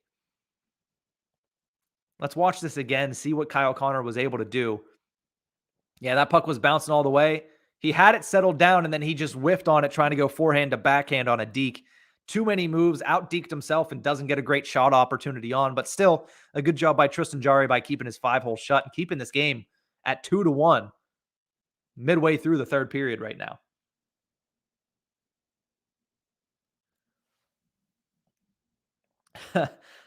Nick, can you please commit to a 72-hour stream if the Penguins win another Stanley Cup? 72 seems like a very specific number. I might be missing something. Like, is this an inside joke, or is it literally just you want to see a 72-hour stream after the Penguins win another Stanley Cup? I don't know if I can commit to it because I don't know what I will be doing work-wise. But I would definitely probably be on a stream somewhere if the Penguins win a cup, and it probably will be more leading towards the early version. And if anybody hasn't seen them, the early version of the Hockey Podcast Network After Hours that I used to do, because that was probably closer to what you'll see if the Penguins win a Stanley Cup than what you see tonight. Tonight's a little bit more relaxed, calm, cool. I'm drinking water instead, but if the Penguins win the cup, you will definitely see some early era Hockey Podcast Network After Hours Nick Berlansky on here than you are right now. And Isha remembers that. He said, "Oh man, afters." Nick is a legend. Yeah, too much Pink Whitney consumed that night. A 48-hour stream. I don't know. Like I said, I can't commit to anything because I don't know if I'll be working, but I can promise there will be content. If I can promise anything, I will promise that there will be content. Whether the Penguins win or not, there will be content when the Stanley Cup is raised. No matter who wins it, I will be bringing out some content. That's for sure. Isha says we were all a mess in the after hours days. Oh yeah. The early era. I mean, those are kind of the golden era early of the Hockey Podcast Network. But no, I don't know. Maybe I don't know if I'll ever do a 48-hour or a 72-hour stream. Thank you for honestly being interested in that. I don't know if you just want to see me break down, or if you're genuinely interested in hearing me talk for 72 hours. If you are, I mean, hats off to you. What is Pink Whitney? Oh, okay. Really? Do I have a Pink Whitney? I don't right now. I think I've purged that from my alcohol selection. It is a pink lemonade vodka made by New Amsterdam Vodka, and it is named after former Pittsburgh Penguin Ryan Whitney. I don't know if you're joking with me, which if you are, okay, I fell for it. If you're not, okay, that's fine. Yeah, but it's just pink lemonade vodka. That's all. Well, thank you. Thank you for saying I'm fun to listen to. I just trying to hopefully sound a little intelligent here. Here comes an opportunity for Dom Simone over, trying to find Evan Rodriguez. Can't do it, but the Penguins have another opportunity here. Chris Letang is slicing through the Winnipeg Jets defense, and a nice cycle there to get an opportunity for Heinen, who takes it behind the net. He's being pressured there by, I'm trying to think of who number 5 is. Is that Brendan Dillon? Yeah. That's Brendan Dillon there for the Winnipeg Jets. Now it's in the corner.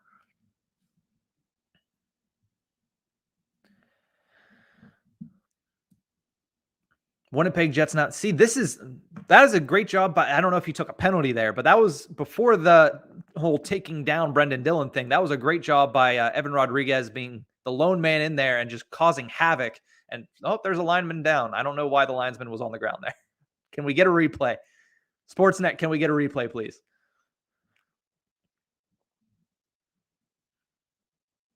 But again, I mean, the Pittsburgh Penguins now leading in shots 31-29. Early on, this game was being blown out, especially in the shots category, by the Winnipeg Jets, and the Penguins have come along really strong throughout the majority of this game. This third period, again, more of the same. They're cycling the puck better, holding it in the offensive zone, getting better opportunities and getting rebound opportunities, and hunting the puck down behind the net after the puck misses the net. So this is very impressive by the Pittsburgh Penguins. And if you're the Jets, you need to start pushing back. Logan Stanley taking it out, trying to get an opportunity here. They need more sustained zone time like they had in the first period. I mean, this team is too good to not be able to get a little bit more offensive zone time. It's really a complete dichotomy between what we saw in the first period and what we saw in this period. It's a lot of the same things that we said the Penguins were doing wrong early on that the Jets are doing wrong. They're only getting one shot on goal, not getting rebounds, not winning puck battles. The Penguins are outworking them right now, and it's showing on the scoreboard.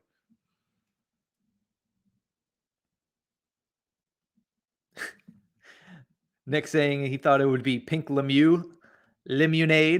I don't mind that. I don't hate that. If you gotta talk to the Penguins PR staff, maybe get that going. Don't be horrible says you like my podcast a lot. I really appreciate that. I appreciate anybody that listens. It still surprises me that anybody does. Honestly, I remember the first couple of times that we were doing podcasts, me and Horwat, it was actually called The Fifth Line, which we got in trouble with. The Columbus Blue Jackets called us and said, please cease and desist using The Fifth Line as your podcast name. Did not go well. So we changed it to the Puckliners podcast, I think, for like an episode before Dylan and Isha found us. But yeah, no, we used to get excited when we got more than 5 downloads on an episode. So it's definitely crazy now looking and seeing what the download numbers are. So thank you to everybody that tunes in to both the Hockey Podcast Network YouTube channel here, as well as the Tip of the Iceberg podcast and the Hockey Hotbed podcast as well. So I appreciate everybody that listens. Really, it's amazing some of the response that we get here at the Hockey Podcast Network. It's great. 7 minutes left here in this game. Shots now 31-29 in favor of the Pittsburgh Penguins. The top 6 for the Winnipeg Jets needs to get going there. Nikolai Ehlers, a nice forechecking a hit there on John Marino, but the puck still comes out, and Evan Rodriguez takes it in, looking for another rebound for Danton Heining, just can't quite get to it. And now the Penguins, listen, you're a road team right now at the tail end of a 3-game road trip with a 2-1 lead and 6 minutes left. They're doing exactly what you need to do at this point. If you're the Penguins, get to the red line, dump it in deep, forecheck hard, but make sure above all else that you have a third guy back to make sure that you don't get outrushed and give up odd man rushes late here in this game. Tristan Jarry's been good, but you still got to protect him the rest of this game. Kate is back. How's it going, Kate? How have you enjoyed the game? Have you been watching the game, or have you had to miss the game? I understand that not everybody can watch every game, and that's fine, but welcome back. Glad to have you back here.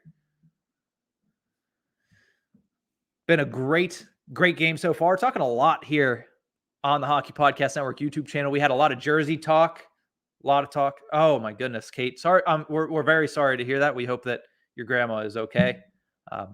It's always, obviously, especially with the timing right now and COVID and everything going on, I'm sure it's not very easy. So obviously our thoughts are with you and your family. Hope your grandma is okay for sure. Hopefully we can, hopefully the Penguins can get a win here, help you out a little bit, make you feel a little bit better.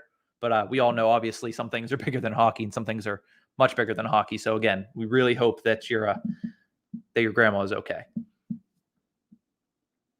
King joins the chat and says, come on, Avalanche. What are the Avalanche doing right now? Let's actually, you know what, while we're at commercial break in the Penguins-Jets game, let's check on some of the other scores right now. Let's see. Sens and Avs have tied at 5. While the Sens came out of that COVID break Like great house of fire. 5-5 in that game. Hurricanes Sharks just getting underway halfway through the first, 0-0. Yeah, that score fest continued in Buffalo. 7-4 final. Blue Jackets taking out the Buffalo Sabres. The Blues beat the Golden Knights today. I was talking crap on the St. Louis Blues. They get a nice win at home against the Vegas Golden Knights, and the Preds beat the Ducks. Yeah, I was talking crap on the Preds too. So I guess it's make Berlansky wrong again today. I mean, make Berlansky wrong day. That's what it's turned into, I guess. So the Avalanche at 5-5. I'll have to turn that game on once this game ends. And obviously after I do hopefully a really good post-game show, we'll give you a post-game here on the Hockey Podcast Network YouTube channel. But right now, running out of time for the Winnipeg Jets to tie this one up. Just about 5 minutes left. This is the last commercial break before we head into the final five here between the Pittsburgh Penguins and the Winnipeg Jets. The goal scoring up to this point, Dominic Toninato scored in the first period, getting things going for the Winnipeg Jets. A nice shot from the slot. A lot of traffic in front and beating Tristan Jarry. In the second period, Evan Rodriguez dashed into the zone, created havoc, gets an opportunity for Jason Zucker, who passed the game-tying goal in the second period. And in the third period, the lone goal so far scored by Danton Heinen for the Pittsburgh Penguins. And right now, that is the difference maker with just about 5 minutes left to play here on Hockey Fights Cancer Night in Winnipeg, Manitoba, Canada. So here we go. Final five. Will the Jets tie it or will the Penguins hold on? You have to imagine that Connor Hellebuyck's going to be out of that net in about 2 to 3, probably 4 minutes. Nick says he works right next to the Preds Arena, but he still doesn't like them. I haven't been to Nashville. That's a place I got to visit. I thought it was closer when I moved to Virginia. It is not, but still got to try to get out there for sure. 5:29 remain now. Shots 32-29 in favor of the Penguins. The Jets have really this game changed on a dime at one point. Trying to think, was there a turning point in that second period? Obviously, it was around the point where there was about 8 minutes left in the second. I don't know if there was a specific moment that actually turned this game around. I think the Penguins just started, I don't know what Sullivan said to them, but they started forechecking a lot more. They started crashing the net, and they started puck battling a lot more after the initial shot on goal. And they've been able to get to Connor Hellebuyck a couple times and really stifle the Winnipeg Jets' high-powered offense. That's exactly what you want from Tristan Jarry there, just swallowing up a shot from Andrew Kopp way from the outside. Not very dangerous shot there. Keep doing stuff like that, and they're going to be able to take this game. But 5:14 remaining, they got to stay true and stay loyal to that game plan, because a one-goal lead is obviously very quick to be lost.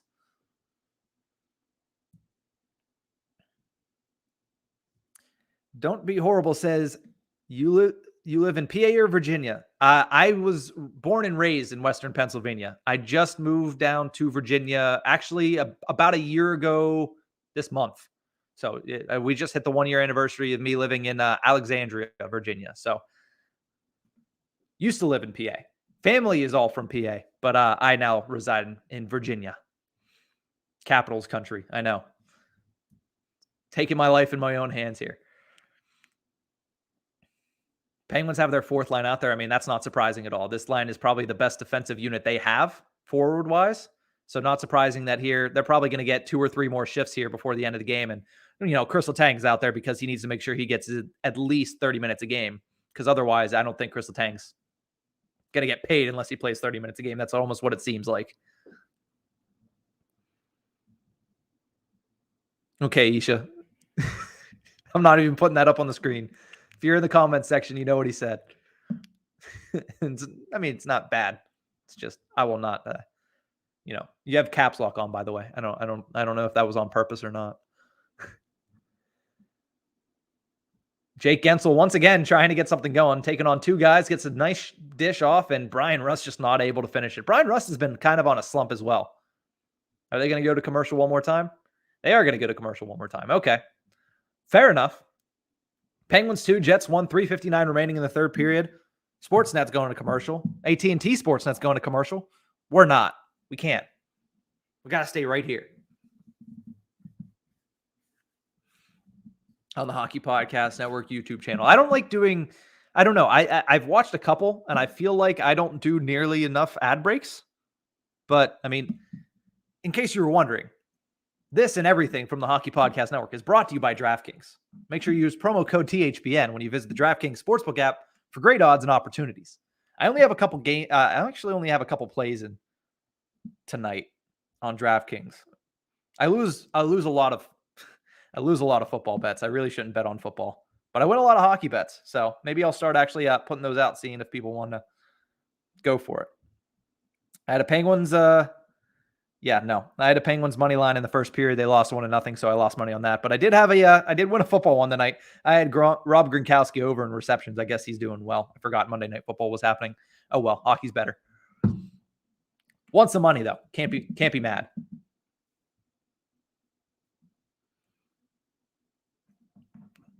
But the Pittsburgh Penguins here with just a couple minutes remaining. If they can hold on, this is a pretty nice statement road trip for them. That would make them 3-0 on a road trip. That would make them winning, obviously, 3 games in a row for the first time this season. I can't remember if they did it any earlier this season. And they'd be going home to face a struggling Vancouver Canucks team, that's for sure.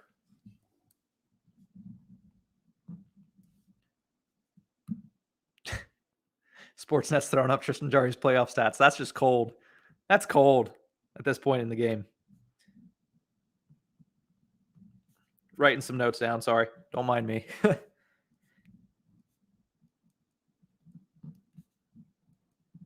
So, we're back underway here in Winnipeg. I mean, if the Penguins can just stay in the offensive zone, that's the easiest way to win this game for them. But if you're looking at the Jets, I mean, you're facing the Pens top line right now. This is a line that historically this season has not been great in their own zone. Excuse me. But if they stay in the offensive zone, that's not really a worry. So you would think, the Jets are going to be able to take advantage of that, but they haven't so far this game.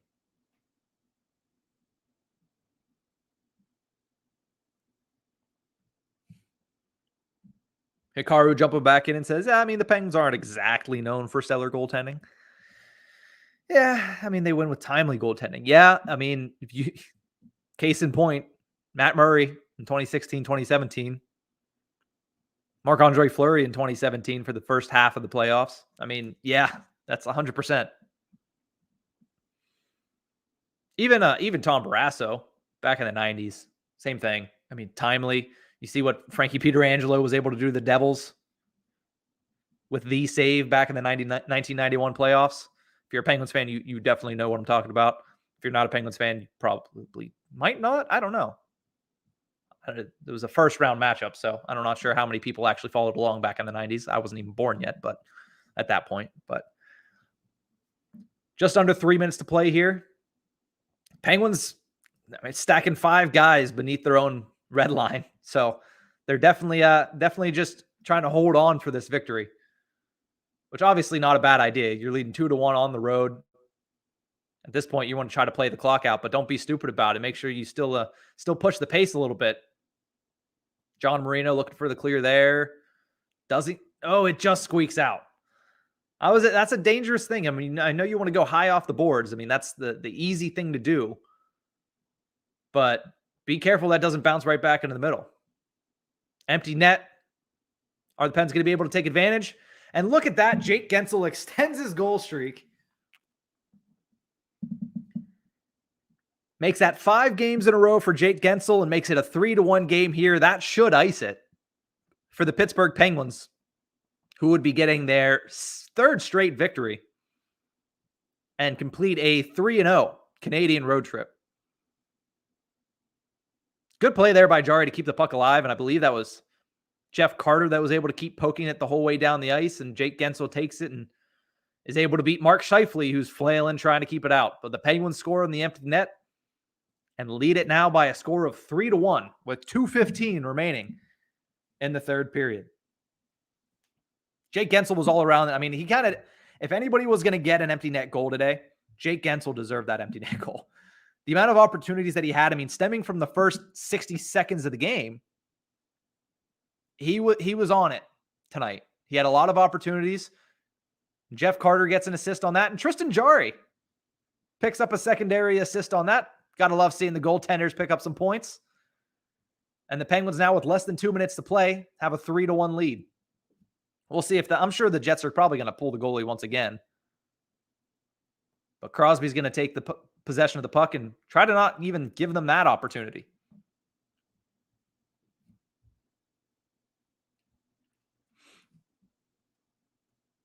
Three-on-two opportunity here. Rodriguez over to Bluger. Teddy Bluger shoots it. That goes wide. Where's the puck at? Can't quite find it. Bluger tries to get it to a wide open Brock McGinn, but the puck just scores a little bit wide there. Almost a 2-on-1 opportunity, but a nice play made there by the Penguins defenseman to send it back the other direction. That was Chad Ruhwedel able to turn it over. And here comes, once again, Teddy Bluger looking for some help, sends it over, finds McGinn. McGinn, beautiful pass, but Evan Rodriguez just can't hit the net. I love that play by Brock McGinn. Very skilled play there. Jets running out of time, less than a minute now. And Tristan Jarry is going to play the puck off, get it to Chad Ruhwedel, who's just going to send a mid-Murphy dump, I guess is what you can call it. Not the whole way a Murphy dump, just kind of lobbing it into the neutral zone there. Penguins trying to kill out the time here with a 3-1 lead. Toninato turns it over at the blue line. Penguins just shuffle it back into the Jet zone.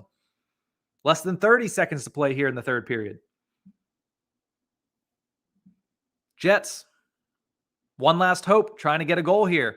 Mike Matheson steps up on the play, turns the puck over, and out comes Jason Zucker. He's going to send it down into the zone, and it looks like the Jets are going to fade into the night, taking a 3-1 loss. The Pittsburgh Penguins are going to make it 3 straight wins, while the Jets lose their 3rd straight, this time on home ice to the Pittsburgh Penguins. The clock strikes 0, and that is a final. From Winnipeg, Manitoba, Canada, the Pittsburgh Penguins win by a score of 3-1 here on Monday evening. That was a great game. Very entertaining game between the Penguins and the Winnipeg Jets.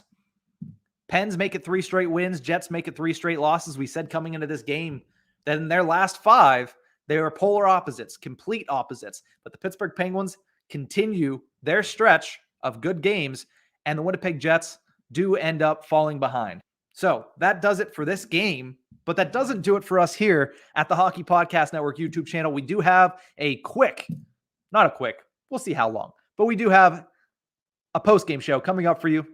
Just going to take a really, really quick break right before we get into the post-game. We'll be right back.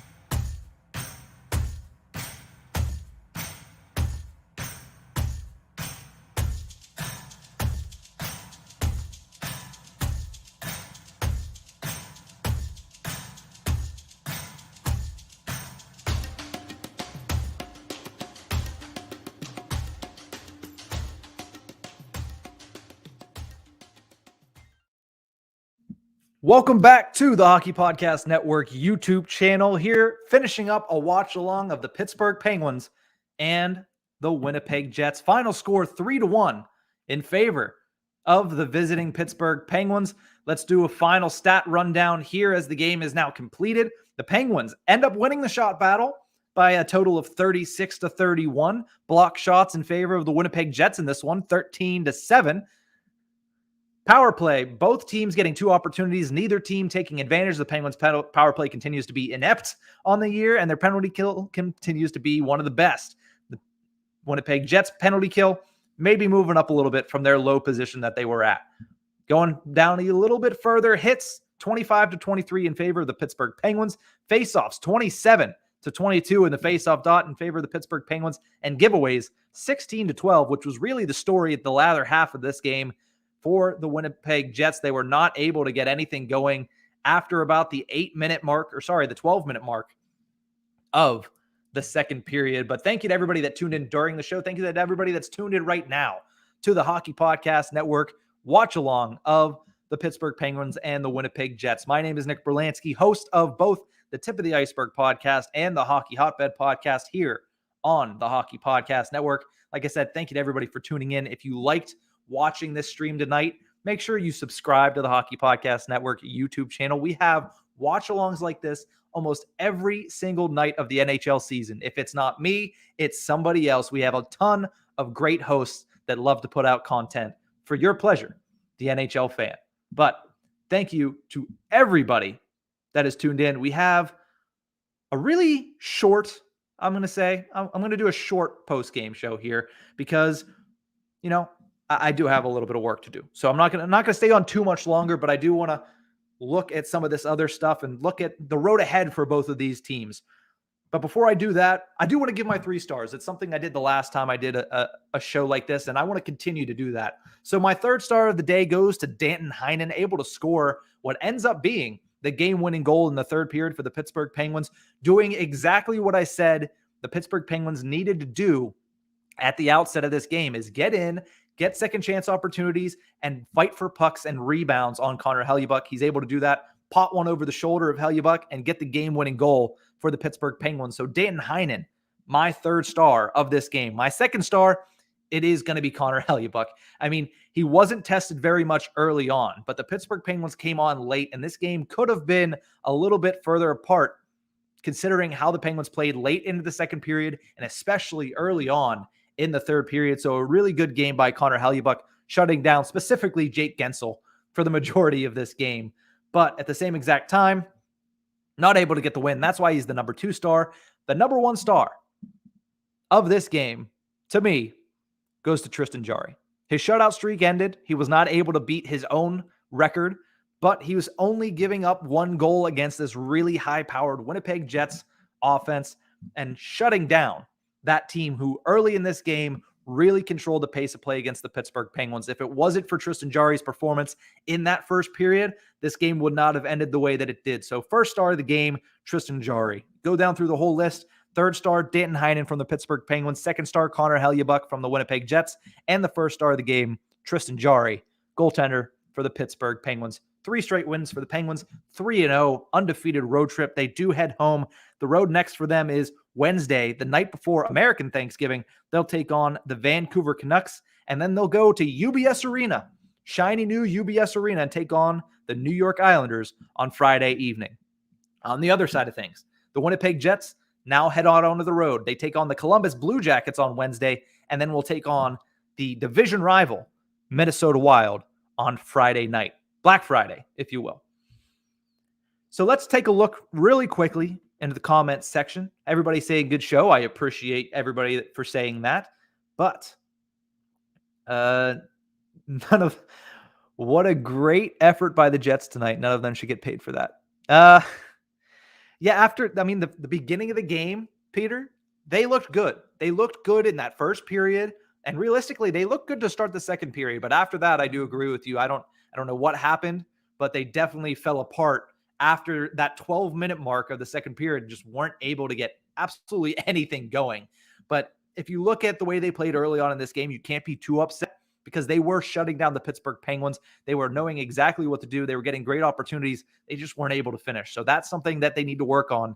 And I know I kind of backed him a little bit for Blake Wheeler, but he had a really good opportunity, wasn't able to score. He was also in front of the net when PL Dubois had a really good opportunity. He wasn't able to really screen Tristan Jarry well enough. So he needs to do the small things a little bit better. And then that will in turn probably result in a little bit more goals, a little bit more points for the captain of the Winnipeg Jets. Hikaru K says, how much do you think Gino will help fix the Pens' power play woes? What is your ideal unit once he's back? Well, we did get some encouraging news from the Pittsburgh Penguins front on Evgeny Malkin last week. Mike Sullivan said he saw him skating and he's looking very good. He's progressing really well. Obviously, when he comes back, he's going to be the 2nd-line center. He's going to be on that number 1 power play. Do I think it helps? Yes. I think it does. I think he will help that power play unit for simply main reasons because he has a heck of a shot on that near wall. I mean, that's one of the most scary shots, underrated scary shots. Everybody obviously knows about Alex Ovechkin's shot on the opposite side, but Evgeny Malkin, when he has his game going, has a really dangerous shot on the power play. So I think it will help. But when I look at that unit, Obviously, Letang runs the point. Crosby should be down low, and Malkin should be on that near board. I think you still see, honestly, I think Jake Gensel should be on the other board. They're probably going to keep him down below the net or in front of the net, but it should be Gensel and probably Rust. That's what I would go with. But I mean, they're still a little far off. More entertaining to me would be trying to figure out who his wingers are going to be at 5-on-5. I would think for Evgeny Malkin, you're going to have Kasperi Kapanen and maybe Dan Heinen scored a goal in this game. We talked about it on the Tip of the Iceberg podcast, so definitely check it out if you haven't already. That is also going to turn into a YouTube video for tomorrow. So that'll be out tomorrow around 6:30 p.m. Eastern Standard Time. Check that out as we talk about Evgeny Malkin. Has the other game finished? I'm not sure which game you've talked about, but you know what? Why not? Let's go around the NHL, talk about some of the scores before we continue to talk about post-game Jets-Penguins. Right now, the Colorado Avalanche at the end of the game, so that game is over. They win by a score of 7-5. High-scoring affair there. The Blues, like I said, the Blue Jackets beat the Sabres 7-4. Blues beat the Golden Knights 5-2. Predators beat the Ducks by a score of 3-2. And in this one that we just watched and finished watching, English is not easy right now. The Penguins beat the Winnipeg Jets by a score of 3-1 on the road. So only one other game, I believe, going on tonight, and that score is right now scoreless. But yes, happy American Thanksgiving to everybody below the border. I guess happy belated Canadian Thanksgiving. I mean, it's been over a month now, but I'll reciprocate. I said it before, but I'll say it again.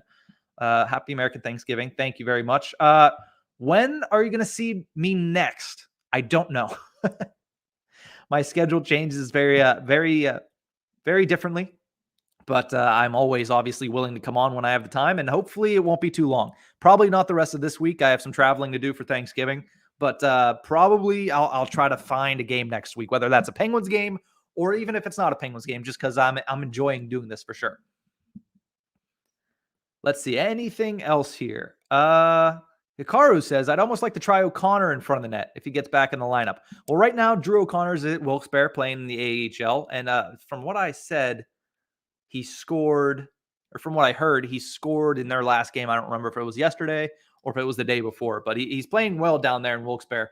I just don't think when this lineup is fully healthy, I don't think he cracks it. I mean, you already saw, like, Brian Boyle's not playing, and he played the majority of the beginning of the season for the Pittsburgh Penguins. So, Kate, once again, best wishes for your grandma. Thank you for joining us.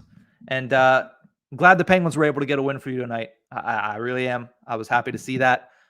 It was a really good game, all in all. But to close out this one, when I think about each of these teams' trajectories for the Pittsburgh Penguins, it's huge. I mean, you look at what this win specifically does for them in the standings, and I know it's hard to look at the standings even before we're before American Thanksgiving.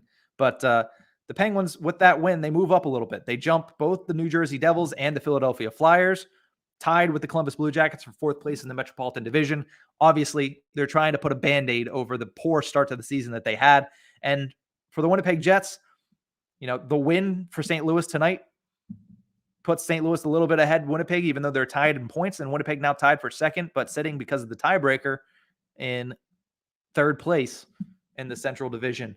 If there any other questions, send them over to my Twitter pages, because I'm going to log off here on the Hockey Podcast Network YouTube channel. But if you have questions, you always feel free to either DM me at Nick_Berlansky or at Iceberg Podcast, or honestly at Hockey Hotbed Podcast. I'm there on all of it. But thank you so much for tuning in. Again, if you liked this, there's plenty more where this came from. Definitely check out the Hockey Podcast Network YouTube channel. Subscribe if you haven't already. I will be back, if not me, which I will be back. But if not me, somebody else will be back either tomorrow or a little bit later. I'll see everybody the next time I come on. Thank you so much for joining. Adios.